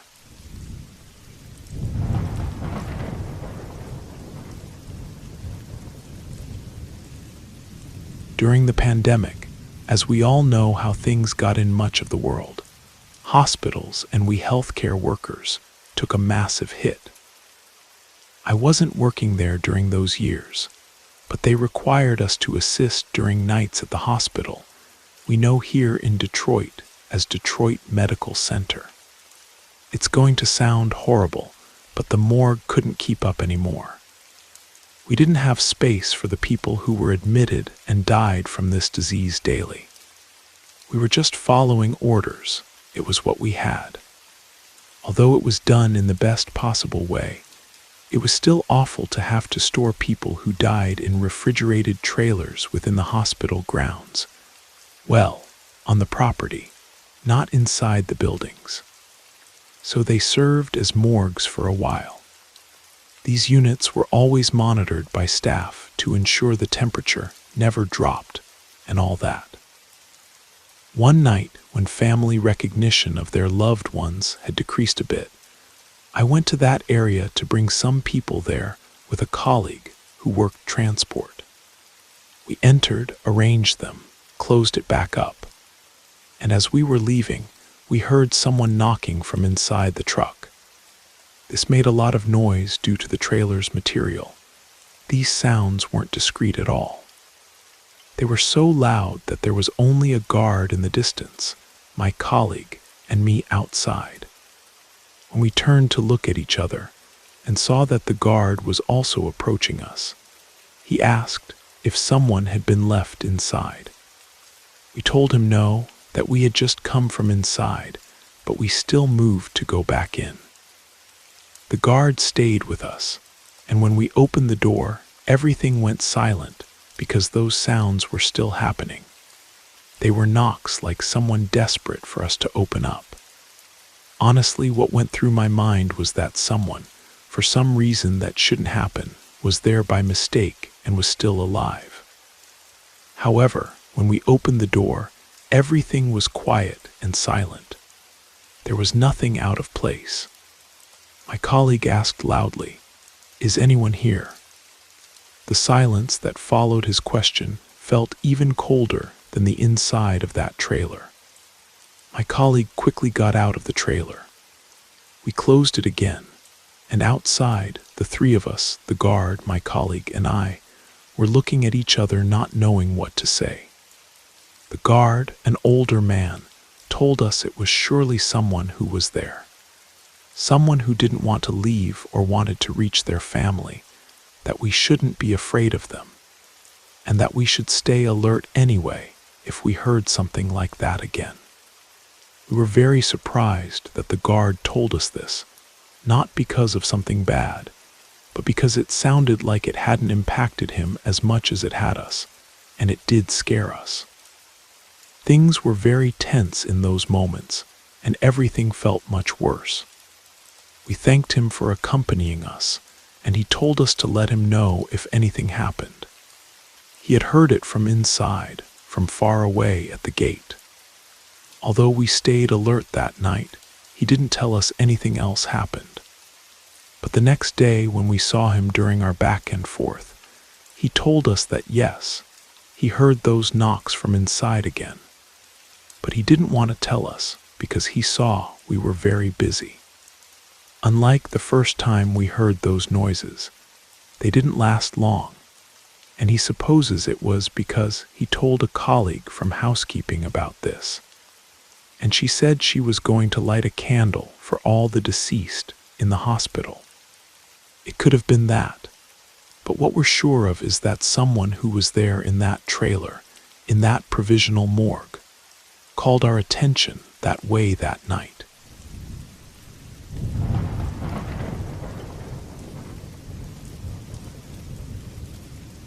I was a nurse at a hospital in Memphis, and during those years, since I was on the night shift, going to the cafeteria and chatting with my colleagues who worked in the kitchen, who later became very good friends of mine, was the best part of my job. I really liked them. But occasionally when we went out to the patio so they could smoke a cigarette, I didn't smoke, but accompanied them since we were afraid to go out to the patio alone. Next to the back door of the kitchen, which was only for staff, was where the morgue was located. In this morgue, you could barely see inside. It was always closed except for some very high window skylights with those square glass panels that were used more in older buildings. Well, this also happened to us in 1998. We were outside, and 4 of us saw how the silhouette of a child appeared at one of the skylights. We were sure it was the silhouette of a child because the head and part of the shoulders we could see looked very small. I think it's unnecessary to clarify that there shouldn't be a single living child inside there. We didn't run inside when we saw him appear. It wasn't possible for someone to appear at that height, much less a child. We all entered scared but laughing nervously, and I told them, because I had been in the morgue, that not even an adult would have it easy appearing at that height at those windows, much less a child. Maybe they were about 10 feet high. One of my colleagues told me that when I could, to remove our curiosity, I should ask one of my colleagues from the morgue if there was anyone there. And I told them yes, for everyone's peace of mind, including mine. So after about 5 minutes of telling the others what we saw, all theorizing things, yes, talking about it calmed me down a bit, I left the kitchen. From the route I walked, I coincided with the morgue entrance. The part where we saw that child was the back, and I also ran into an acquaintance to whom I said if I could tell him something. He was just heading to the morgue. I told him what we saw, and he started telling me that precisely that morning a child had arrived. He told me just this and said to accompany him. He lifted the key, showing me he was just about to open and no one else was there. From what I could see from the door, I looked toward the back and looked again at the height of those windows. There was no way for a child to appear at that part. I had it more than confirmed. He continued telling me that a 5-year-old boy had arrived, and it was very sad that he left this world because a car hit him. His colleagues had told him they'd been struggling with him all morning. When they said this, at least they were referring to strange things happening to them, but I didn't want to know. He was going to start telling me what happened to them. But just from the image I had in my mind of that child watching us, I didn't want to know anything. He told me not to worry, that he was surely just making mischief, and that now he didn't want to be alone in the morgue. That little one was in the drawers, but when I told him we saw him appearing from above, he wouldn't stay alone for anything. His colleagues had told him that, but he didn't rule out that maybe it was to scare him. However, now that he knew it from us, he said he wanted to take advantage of having no pending work and accompanied us to the kitchen for a while. There we all chatted with him about things that were said in the hospital, and he also became a very good friend of ours. So that did scare us a lot, but it also left us with a good friend because of it.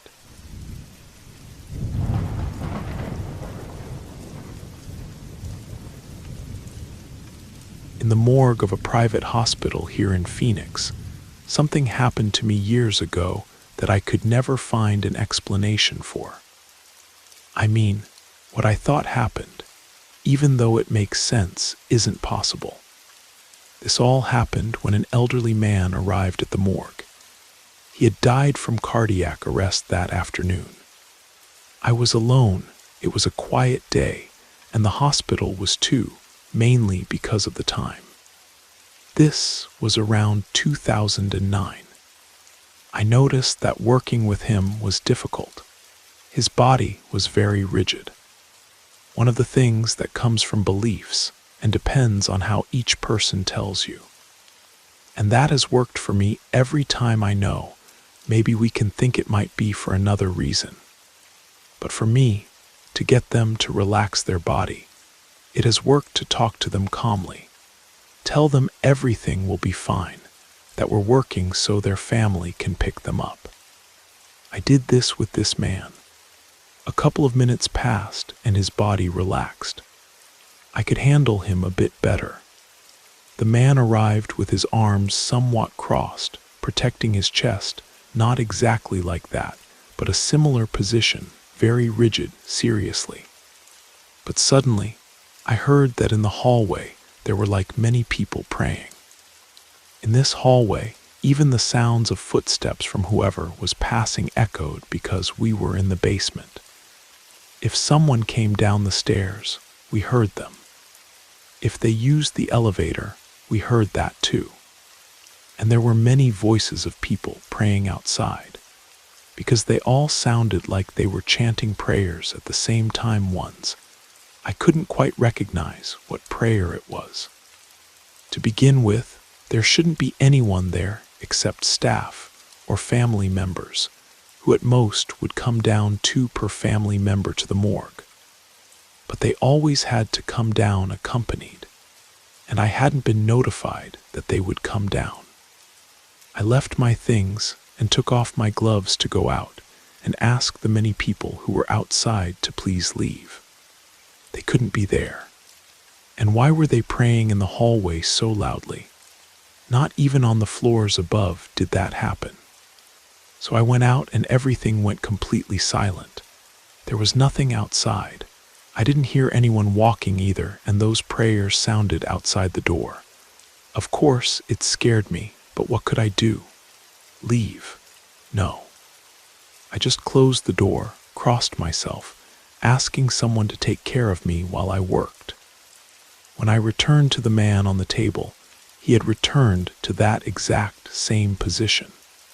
He was back completely rigid again. There was no reason for that to happen if that stage had already passed. I had arranged him differently, and it wasn't possible. At that moment, it was difficult for me not to associate the prayers outside with what happened to this man.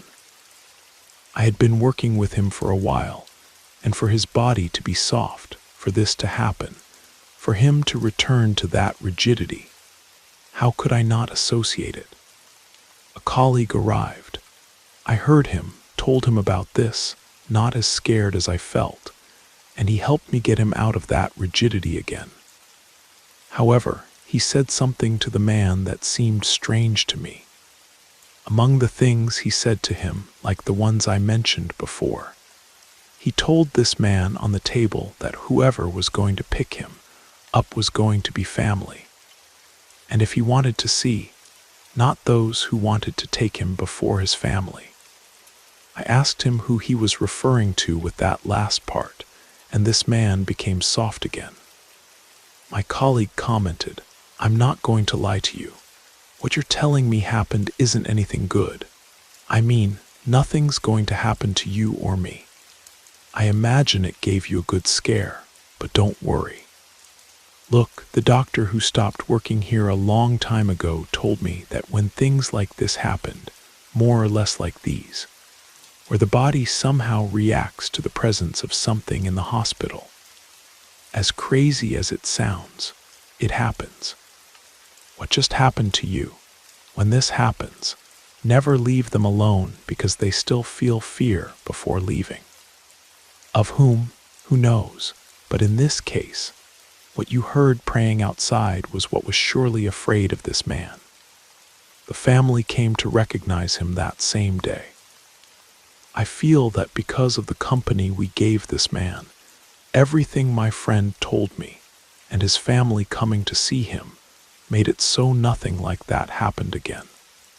Maybe for those listening, this might sound like something simple, but the fact of hearing that outside the morgue there are many people praying, going out, and in less than a second everything going silent, is something more complicated to describe if you don't experience it directly. I believe all this comes down to how this man's lifeless body on the table also reacted to those voices.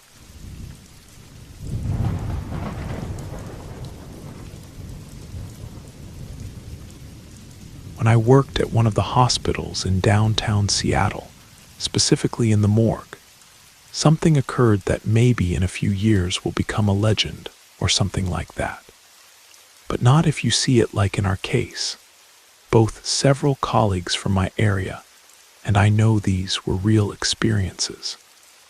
All this happened because I was working with a man who arrived at the morgue. This man was a homeless person. They found him lifeless one morning on Pine Street near Pike Place Market. Since I had to be alone for a while, I jumped with fright when out of the corner of my eye I saw a person moving near the storage units. I adjusted myself because I was working with this man, and when I turned my gaze, I saw a shadow, but a very tall one.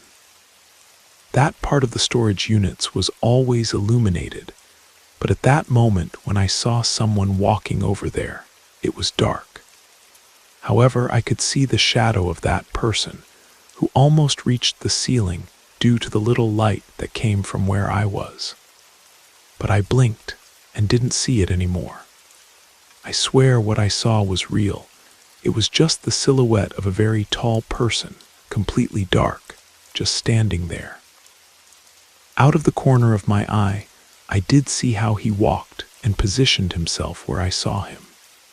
When a colleague arrived, I don't know what face I had because he asked if I was okay. I told him yes and mentioned this, that I thought I had seen a person. At that moment, in front of both of us, the lights turned back on. The switch for that part was behind us. There was no way for someone to move them. He told me, when people like this poor guy arrive, whom no one knows, who are never claimed and go to Potter's Field, here it also happened to me a few years ago. Everyone says they've seen what you just told me, a very tall person, just the silhouette. We don't know what it is, who it is, or what it does. We just see it around here in the morgue because in the rest of the hospital, no one does. Don't be afraid of it, it doesn't come for us. They've never heard it say or do anything. They just see it for a while, and it's always for that reason. Later I asked another friend from the morgue, from another shift, when he came for the changeover, if what they said was true. He told me he had never seen what they talked about, but many colleagues had, and he deduced it was because when he got people from the streets, he did find some information about them. Because even though he never saw anything, he's also aware of that pattern. That what appears in the morgue is only seen when the person who died is completely unknown. The pattern was clear. This presence only appeared when we had someone completely unidentified, someone whose story would end in an unmarked grave. It made me wonder if this tall shadow was somehow connected to these forgotten souls, watching over them in their final moments before they disappeared into anonymity forever.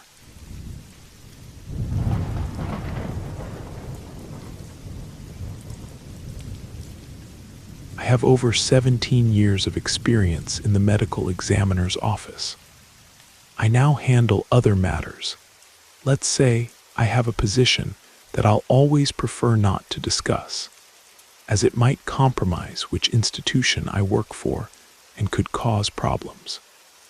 In the times when I worked in the morgue, I saw as many things as everyone here. And today I want to tell a story that I've heard incredible stories here that help me know that's how these things are. That it's not anyone's imagination. That they happen and can be told.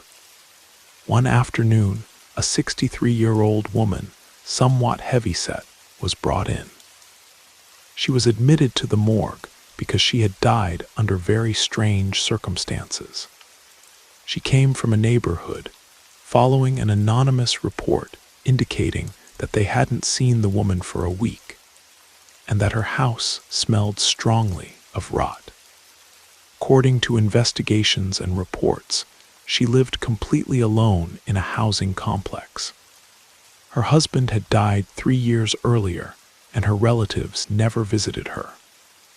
All this had to be investigated, and I'm telling you this because when they investigated the cause of death, none of it made sense. None of the doors were forced. They found no prints, traces of defense, struggle, or anything else except on the woman's back. The woman died because she lost a lot of blood and died in the bedroom, in her bed, face up. The only mark she had was on her back, 2 scratches. To say scratches might make you think I'm referring to something a dog, cat, or even a human did to her. But no. I'd say they even looked like claw marks. We once attended to a person who had had an encounter with a bear, and those marks could be said to be very similar. Only this woman's were much larger, wider, and very straight from the shoulders to where the waist ends. In the house there were no marks, nothing else they could have done that with, and the neighbor witnesses, no one saw or heard anything. They said she was a serious woman who occasionally greeted them, and all was well. But there was one neighbor who did comment for the investigation that the only strange thing she saw in the last 2 weeks of the woman's life was that a priest visited her.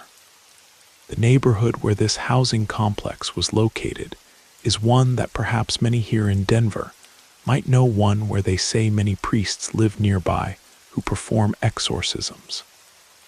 Well, the neighbors said many were apprentices.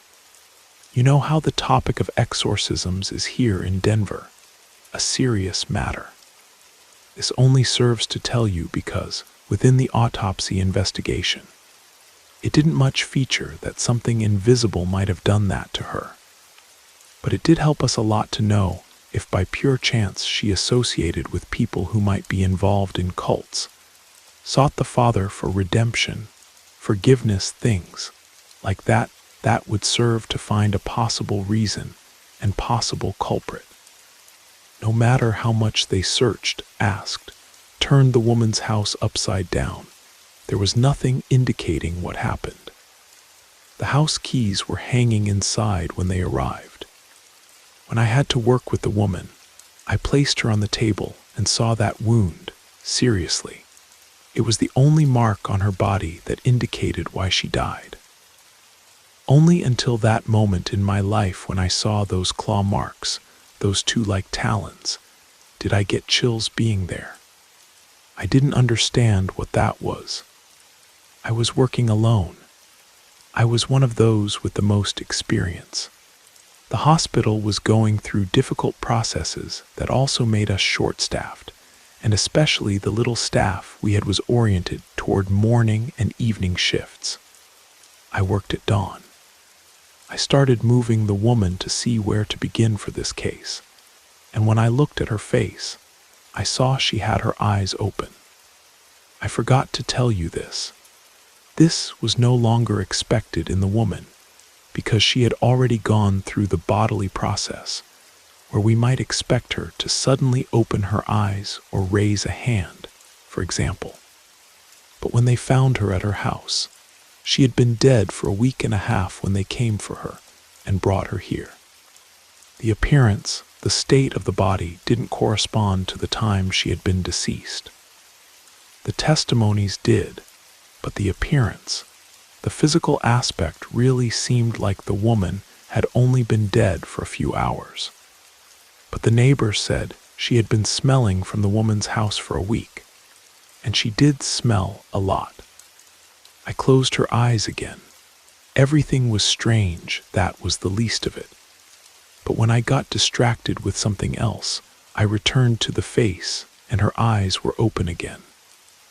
When one opens their eyes normally, there's a part of the eyelids that's somewhat relaxed, not normal. But this woman seemed to open them as if she were surprised, trying to open them as much as she could. I closed them again. I didn't struggle at all to do it. And I turned a bit to take my instruments, because I hadn't brought my table with my things closer. Just in those seconds that I turned, when I returned to the woman, she only had her head turned toward me, and I saw how she was slowly opening her eyes. She wasn't looking directly at me with her eyes. Yes, her head was turned toward me, but her eyes were looking in different directions and very wide open. I left for a moment. I was getting worked up. This wasn't normal for me because bodies moving suddenly never scared me, and that was it. But there was something about that woman that made me feel it wasn't a similar case. Unfortunately, I didn't run into anyone during that time I stayed in the hallway. I went back into the room, and when I left the morgue, I didn't readjust the woman's head, but now she had her head looking up with her eyes open again. But she repositioned herself, so I suspected what was happening, why she kept opening her eyes like that with such force. The head turning could have been my imagination. I started working. I didn't close her eyes again, and for that reason of not closing her eyes again, I did feel somewhat watched. It hadn't happened to me before, but the way she had them, that was what was different. Since I was able to advance a lot, I was working on the torso area. Don't be alarmed, I won't give details, but let's say I had that part exposed. I left some utensils positioned there while I went for other things I was missing. I was barely gone a minute, and when I returned, I saw that the woman again had her head turned toward me. It was to the opposite side from the first time because I had a cabinet with other things on the other side. So that movement wasn't involuntary because it had been to both sides. Her eyes were now looking directly at me. I'm telling you this, and it sounds like at that moment I wouldn't have wanted to run out of there. Like now that I'm writing this, I was calm at that time. But no. Despite my years, I couldn't be as if nothing was happening. It's true I didn't scream, didn't leave there, but I was afraid. However, I returned to the table, and the objects I had left on the torso, the woman no longer had them placed. They were positioned very carefully on the tray where I always had them. I couldn't attribute that to anything anymore. They were stained. I had placed them as I always did. And if I had placed them wrong on the woman, if they had fallen to the table or floor, they would have made a lot of noise. I couldn't be taking breaks every little while. I had more work. So I gathered courage and placed the utensils back on the torso. I arranged her head looking up and closed her eyes again. Fortunately, I was able to work for half an hour or a bit more with her, only without getting any response about what else happened to her. There was no trace of anything indicating what they had done to her with, who or what scratched her like that. I also sent some things to the lab for studies with something I thought would help me, but they would take a while. They came for the things, and as I was updating my report, out of the corner of my eye, I saw how the woman sat up. It wasn't just that, but I also heard the table creaking. I didn't dare move at all. I was watching her out of the corner of my eye as she sat on the table, turned her head from side to side as if seeing where she was, and lay back down. She did all this very slowly. When she lay down, I remained completely paralyzed because now I felt that if I moved, she was going to sit up again. This woman let out a sigh, but not like one of those we're used to hearing from bodies that arrive at the morgue, but it was like that of a living person, like one of those we give when we lie down after a tiring day. Yes, there's a very noticeable difference in that. I didn't know what to do. In such a short time, so many things were happening with her that I had already ruled out that all this was my imagination. I couldn't be suggesting things to myself because it was already too much. I left for the hallway again to take another break. All this was happening so quickly that I needed to get out. I couldn't believe it. About 5 minutes passed. I returned to the morgue and everything was in order. I finished my report and proceeded to continue working with her. Until that moment, I hadn't been notified if any family member had called to claim or recognize her. And more or less with that, we get an idea of how much time we have to continue working with them. But well, having her ready as soon as possible with what I could was enough, because we plainly weren't getting anywhere. It seemed we'd have to report it as an animal attack, only it was impossible for that to belong to a dog. But what else could it be if this was like a small neighborhood, a small housing complex, and we had absolutely nothing to write it up as done by a person, which implied much more investigation process. So it was complicated. A colleague arrived. He was in charge of all admissions, reports, administrative matters, paperwork. He gave me cases, notifications, and said, "Hi, how are you doing? Hey, finish up with the woman already. They already came for her, just as she is." I told him I didn't have the report concluded. We were missing a ton of things, and who had come for her? Her family. What were they going to tell them if it seemed like we hadn't even started with her case? Not her family, not a clue about them. A priest came for her. A priest from a church. Why, is he a family member, her guardian in some way? No, nothing like that. I don't know either. I just know they worked it out upstairs, and the best thing is simply to conclude everything because this priest is such and such person. My colleague told me a name I didn't know. He explained who he was, what church he came from, and also for that reason I wanted to omit several things because it's a very delicate matter. I asked him why a priest would pick her up, where they would take her. I don't know, they gave me instructions. Look, here's everything. We shouldn't get involved. But you know, when this priest arrived with me for this paperwork, he came asking me, "Is the possessed one ready or what?" Just like that, laughing. You know, due to the nature of what was happening, I already knew he was referring to her. And I also knew who this man was. I asked him for the information. Everything was in order. Someone had authorized it before I did, so he's just waiting for her. I have no idea what he wants her for, or where he's going to take her, but according to the description we have from the neighbors, he wasn't the same priest who used to visit her at her house. I don't understand anything, but I'm just telling you. We talked a bit about this.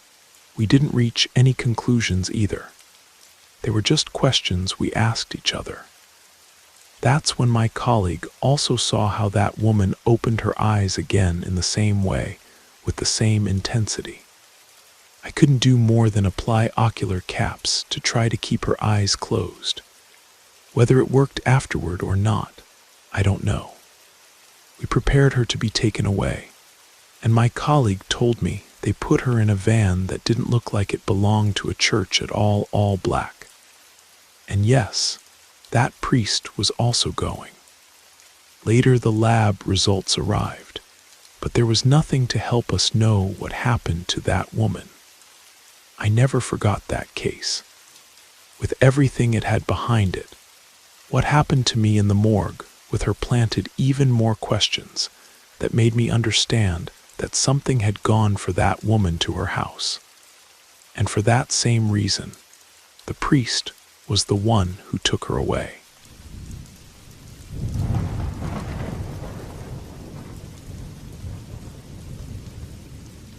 My name is Paul, and I live with my wife Margaret in Phoenix, Arizona.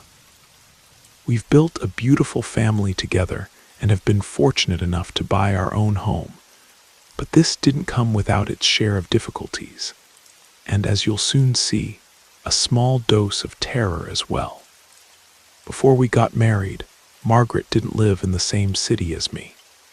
In fact, she didn't even live in Arizona, but in a small town outside of Tucson. This was back in 1987, and if you're wondering how we met, a series of coincidences brought us together at a mutual friend's wedding. We fell in love, and neither of us was willing to let distance separate us. The problem was that her house was exactly 7 hours away by car, and I definitely didn't have the money to pay for round-trip plane tickets if I intended to visit her every weekend. So I decided to take my car, a 1976 Honda Civic, and drive to southern Arizona to see her and spend weekends together. Every Friday afternoon after work, I would go home, say goodbye to my mother, and hit the road to Margaret's house. The trips were generally quiet, and the highways weren't too badly lit. But over time, I learned that there were some stretches that were in complete darkness, with very little traffic. Thank God nothing bad ever happened to me. I never had any encounters with criminals, and in fact, I grew to enjoy traveling at night. I even made it a tradition to stop at a specific roadside diner in Flagstaff to eat and drink something before continuing my journey. I also like to travel listening to various FM radio stations, and as the night progressed, I would jump from station to station looking for interesting programs or songs I liked. When this story happened, I had been visiting Margaret every weekend for 5 months without fail. Occasionally, I managed to convince her to come back to Phoenix with me to spend the week together. Things were going very well. On one particular Friday, I don't remember exactly what month it was, but I do remember that as night fell, I noticed it was very cold and the highway was more deserted than usual.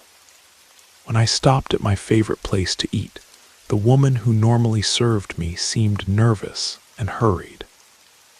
When I asked her what was wrong, she told me the night felt very bad and that there was something in the air that she simply didn't like. She wanted to close early because nights like this weren't good for being out on the street.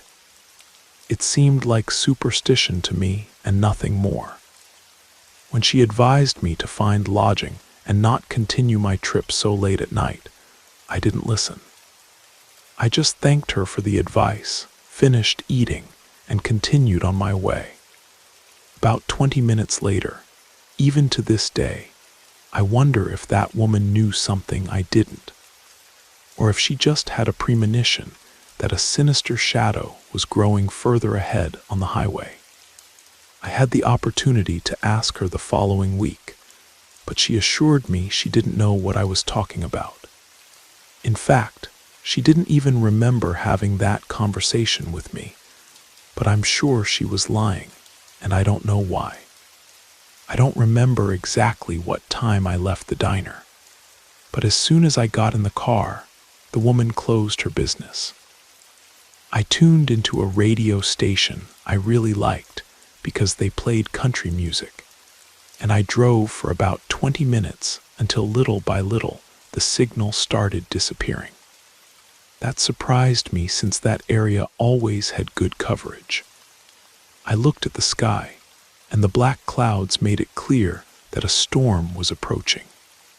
Heavy drops of rain began to fall on my windshield, and I felt the highway lonelier and darker than ever.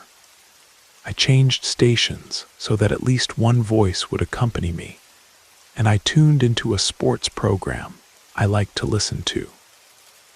The commentators were talking about a recent game between the Cowboys and the Cardinals, when suddenly the storm unleashed itself. Heavy raindrops fell on my car, hitting the roof and clouding my vision while the station gradually lost signal. I leaned forward in my seat and, with a handkerchief in hand, had to wipe the windshield with one hand and keep the steering wheel steady with the other since it fogged up every few minutes. A dense fog began to surround me, and suddenly the idea of pulling over on the highway didn't seem crazy at all, because driving in those conditions had become impossible. Meanwhile, the radio kept playing, but the commentators' voices were being drowned out by static noise. Occasionally, you could understand broken phrases before the static consumed their voices again. I was getting nervous because of the weather and started looking at the side of the highway for a good place to stop. How was I to know that I was about to have one of the most terrifying encounters of my life? At that moment, while advancing down the highway at about 20 or maybe 15 miles per hour, I saw a woman standing on the side of the road. The fog and rain didn't let me see her clearly, but she looked dirty and soaked. I felt too much pity for her since I knew that in that stretch of road there were no houses. I assumed the poor woman must have been thrown out of the car she was traveling in and was stranded in the middle of nowhere under the rain. I stopped my car immediately to try to help her. I rolled down the window a little and shouted as loud as I could for her to get in. Instead of her reaching my car, the next thing I heard was that among the commentators' voices and the static, the screams of a woman could be heard. It was very subtle at first, so I assumed that the signal from another station was crossing over. I stayed parked on the side of the road with my hazard lights on so she could see where I had stopped, and meanwhile I was changing stations. Any station without static would work for me as long as I didn't have to listen to those uncomfortable screams. But they all had very bad signals, and the same scream in the background mixed with static that gradually became stronger, until suddenly it became impossible to ignore. They were the screams of a young woman, and although she wasn't saying anything, I could feel the fear in her voice. I'm not exaggerating when I say that at that moment I was freezing from the cold, but even so, I began to sweat from nerves while the rain continued to fall on the car. I tried to turn off the radio, but it stayed on as if the button was stuck and didn't work. Something was wrong, and I felt it in my stomach. Suddenly, a knock on the trunk made me jump in my seat, and when I turned around, that woman was there looking at me through the rear windshield, while her screams echoed on the radio. I floored the accelerator, crying from shock, and didn't stop until I could get out of the storm about 30 miles later. The rain and wet asphalt stopped mattering to me, and I know I could have died on any of those curves. Fortunately, by that point, I also knew the highway well enough that even without seeing, I knew where I was. The screams on the radio fell silent as soon as I accelerated, but I couldn't shake the feeling that during the half hour I drove, that woman was inside the car, sitting behind me or next to me. The radio was off, and I left it that way until the rain stopped. By that time, I was still surrounded by fog, and the silence made me uncomfortable, so I dared to turn on the radio. As you can understand, I felt terror at the possibility of hearing those horrible screams again. But fortunately, I didn't hear anything like that. I could only hear very faintly the voice of a female radio host telling a story, although I couldn't clearly hear what she was saying or who she was. It seemed strange to me because I didn't know the number of that station. But at least her voice helped me not feel alone during that time until I got out of the fog. About 15 minutes later, I arrived at a rest area, and on the other side of the road were two truckers smoking next to their trucks. My hands were shaking, and I had to talk to someone. It surprised me that they looked at me with such shock, and when I greeted them, one of them said, "Did you cross that stretch with all that rain and fog?" When I told them yes, they were quite surprised, and the other one asked me if I was crazy. They told me about all the accidents that happened in that area, and that I should have stayed in some town when I noticed the weather was so bad. Although I talked to them for about 5 minutes, I wasn't motivated to tell them what I heard or what I saw on that stretch of highway. However, they told me something that to this day leaves me cold when I remember it. "And where did your wife go? How strange that she hasn't come back." I turned pale and asked them what they were talking about.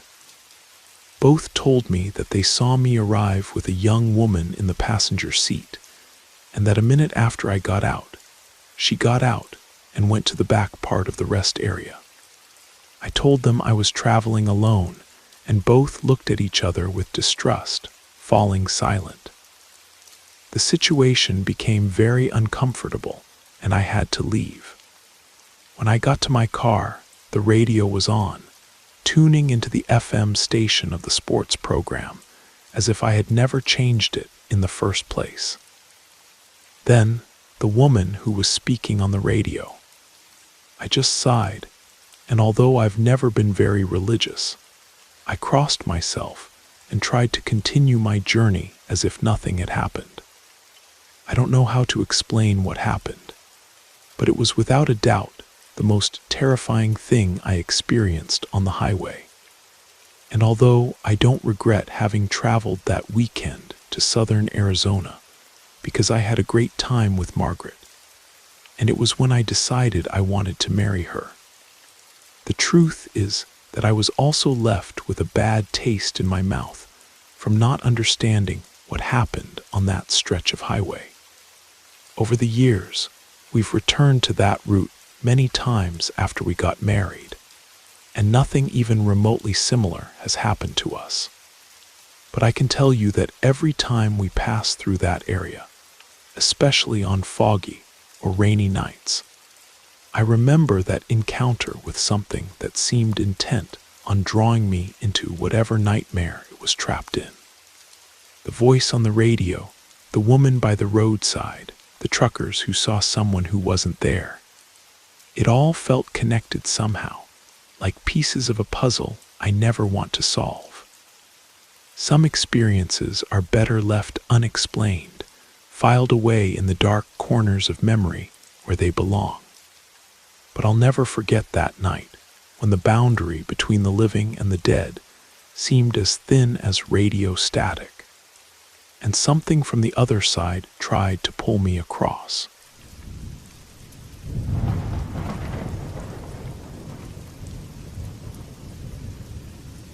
They say that at 3 in the morning, we're most vulnerable to the paranormal, to encounters with entities that don't belong to this world or have already left it. I used to laugh at stories like that. If someone had told me this just a couple of years ago, I would have burst out laughing. But after what I experienced, I don't dare mock any of this anymore. I heard her not once, but twice. And even now, remembering it, I feel something inside me freeze. The first time I heard the weeping woman was at my house in rural Texas about 3 years ago. It was what seemed like a normal early morning. I'd been up late scrolling through videos on my phone and had finally dozed off around 2:30. I don't remember the exact time I woke up, maybe 3:30, maybe 3:40. But I was awakened by something very specific: the dogs. First, it was mine, a mixed breed that rarely barks at night. He was howling in the backyard. Not barking, howling, like he was seeing something I couldn't see. I sat up in bed and noticed my cat was awake too, crouched and growling as if he felt threatened by something invisible. At first, I thought it was just the dogs howling that had disturbed them, but then I heard someone at my front door. The sound was like someone shaking it violently, as if a truck was passing by and making it vibrate. Then I heard other dogs from the street joining in howling with a tone that wasn't normal. It sounded like fear, like desperation, as if they were trying to warn of something. I got up to see what was happening and who was at my door, shaking it like that. The house was completely dark. I walked toward the door with that uncomfortable feeling you get when you sense someone watching you from the darkness. I opened the door that led to the front porch. The cold that hit me in that moment wasn't normal. It wasn't the cold of an early morning in November. It was a cold that seemed to come from somewhere else entirely. And then I heard her. It wasn't a loud scream at first. It was like a distant moan, a woman's voice, torn apart, as if she were crying from within. I stood still, trying to understand what I was hearing. The crying came from nowhere and everywhere at once. It was a sound that didn't belong to this world. And then came the shriek, a sharp, long scream full of pain and hatred. It wasn't like they portray it in movies. It wasn't a clear phrase. It was a distorted lament, as if her throat were broken, as if her soul were in agony. And that sound, that scream, made the front porch tremble. I was paralyzed.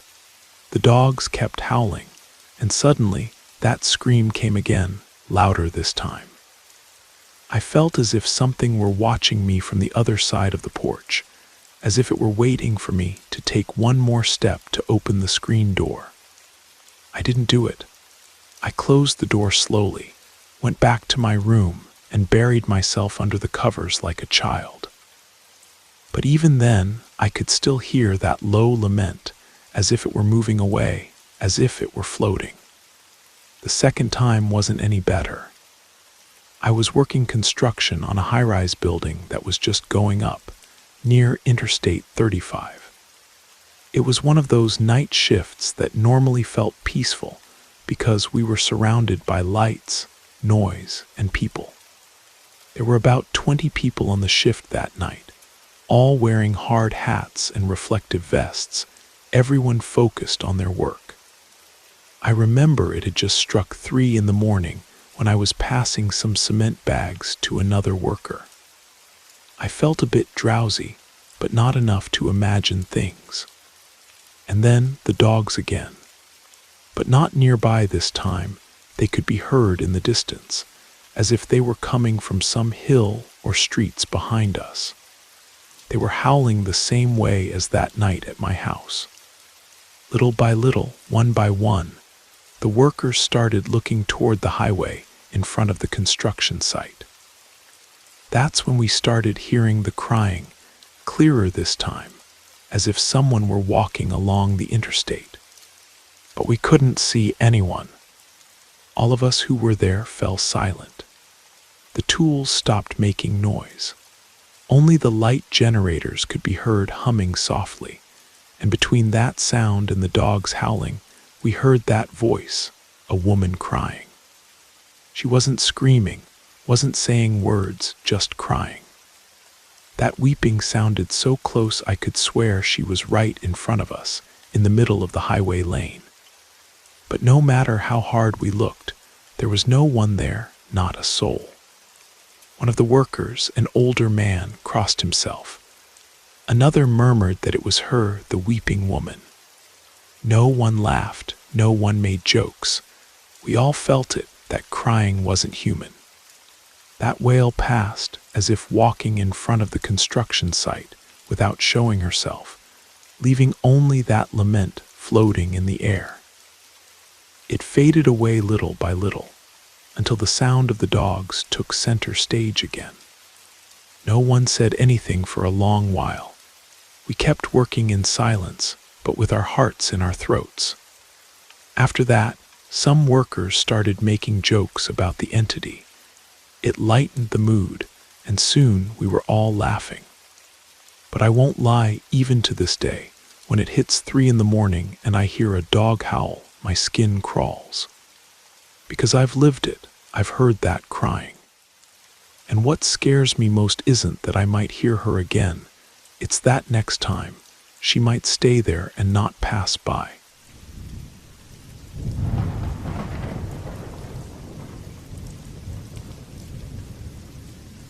My name is Fernando, and I want to share something that happened to me a couple of years ago.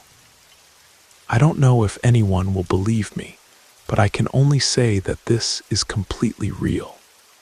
I'm a security guard and have worked various assignments: hospitals, factories, shopping centers. But I'd never been assigned to a place like that medical clinic in downtown Phoenix. When they told me they were changing my assignment, it didn't seem strange. They said it would be quiet, that I just had to stay one night on, one night off, 24-hour shifts, just me, no partner. The next day, my relief would arrive. But what did give me a bad feeling was that everyone who knew about the place warned me. Get ready, because there are ghosts there, several people told me. I laughed it off to be polite, but inside, it made me uncomfortable. I won't lie, I do believe in ghosts, but nothing paranormal had ever happened to me. And obviously, I didn't want it to happen. The medical clinic wasn't far away, somewhat hidden between the streets, but nothing more. The first night was quiet.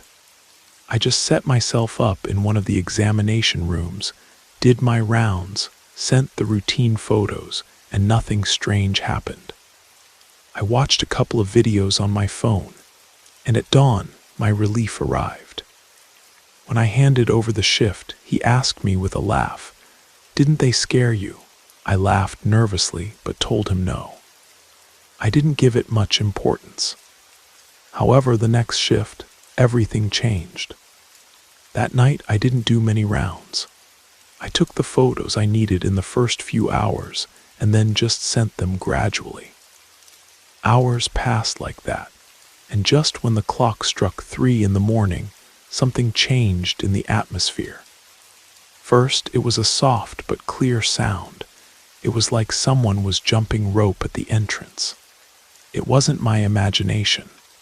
I heard it clearly, the rope hitting the floor, feet landing rhythmically. A children's game in the middle of the night. I looked out, but there was nothing. I went to the courtyard, and that sound disappeared. Months passed, and although many nights were normal, very few got strange. A kind of dense atmosphere, as if the air became heavy. But those nights, always at 3 in the morning, the noises would begin. Cabinets opening by themselves, things falling in other examination rooms, doors opening for no reason. I tried to think it was the wind or rats or something like that, but there were nights when fear really got the better of me. However, then came that night, the worst of all.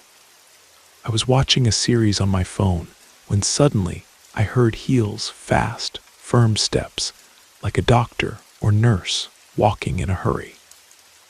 They could be heard in the hallway outside the examination room where I was. I got up immediately. My first reaction wasn't to think of something paranormal, but that someone had broken in. I opened the door boldly. Everything was completely dark, but the footsteps continued. It was as if they were going from examination room to examination room. I texted the service WhatsApp group, alerting the commander. I shouted several times, "Who's there? Come out, I'm security." But no one answered.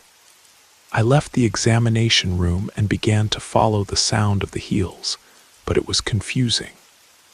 Sometimes I heard them in one room, and before opening it, I'd hear them in another. And before I could think about how strange that was, I began to hear the footsteps very close, heading toward the bathrooms. I ran toward that area, and at that moment I saw her. At the end of the hallway, a female figure in a white coat and nurse's cap, slowly entering the women's bathroom. A nurse. I ran after her and opened the bathroom door. But it was empty. There was no one there. I checked everything, even under the sinks, but nothing. I began to feel sick. My heart started beating very fast, and I began to tremble uncontrollably. I was sweating cold. My hands were shaking. I left the clinic and stayed in the courtyard in a corner, waiting for dawn. I didn't want to go back inside. When my relief arrived, I told him everything.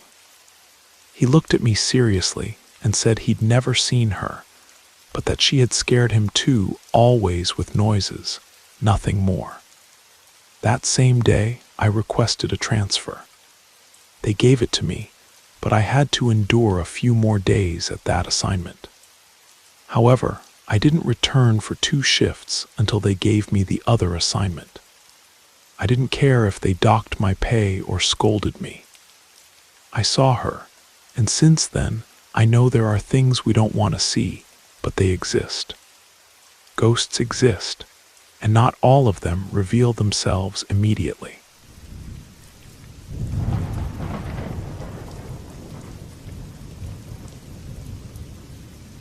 My name is Daniela, and what I'm about to tell you, I've shared several times, but people don't seem to believe me. For a long time, I thought it was a nightmare, until I saw that I wasn't the only one. It was any ordinary early morning. I had fallen asleep around 11. I was living alone at the time in a small apartment in Tucson, Arizona. While I was sleeping, I suddenly woke up abruptly in the early morning hours. The first thing I did was look at the wall clock across from me. It showed 3 in the morning. I felt a chill, but not because it was late, but because I realized I couldn't move. Not a single finger.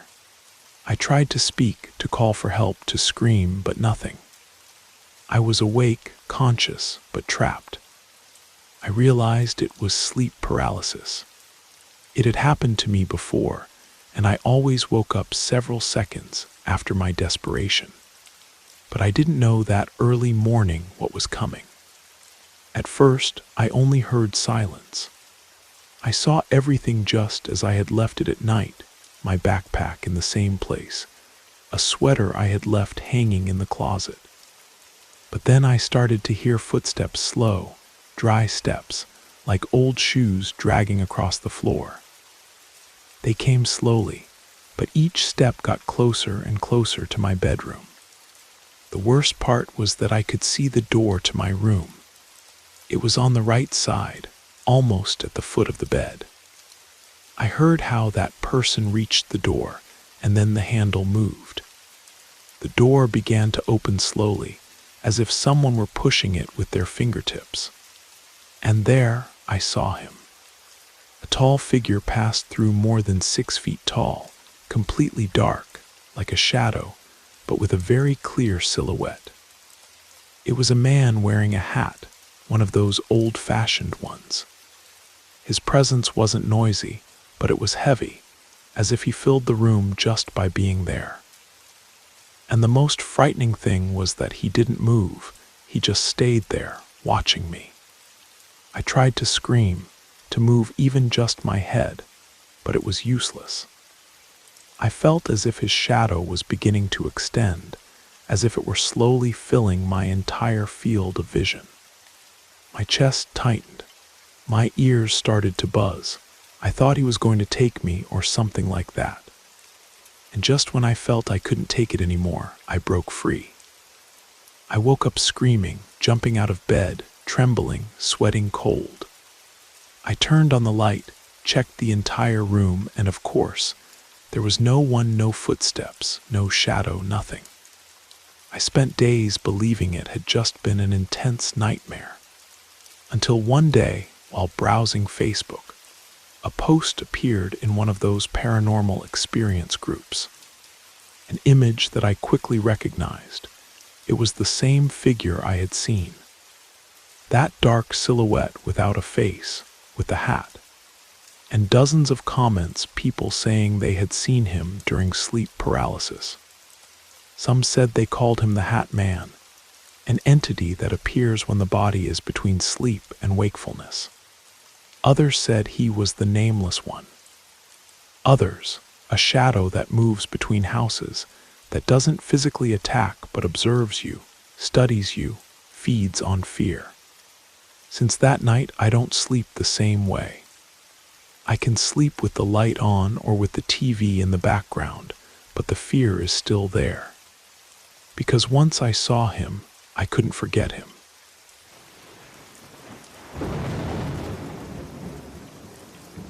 You made it to the end of the stories. That means it's the perfect time to subscribe so you don't miss future episodes. And if you haven't already, leave a like and drop a comment. I'd love to hear your thoughts. Have a great time relaxing, and good night.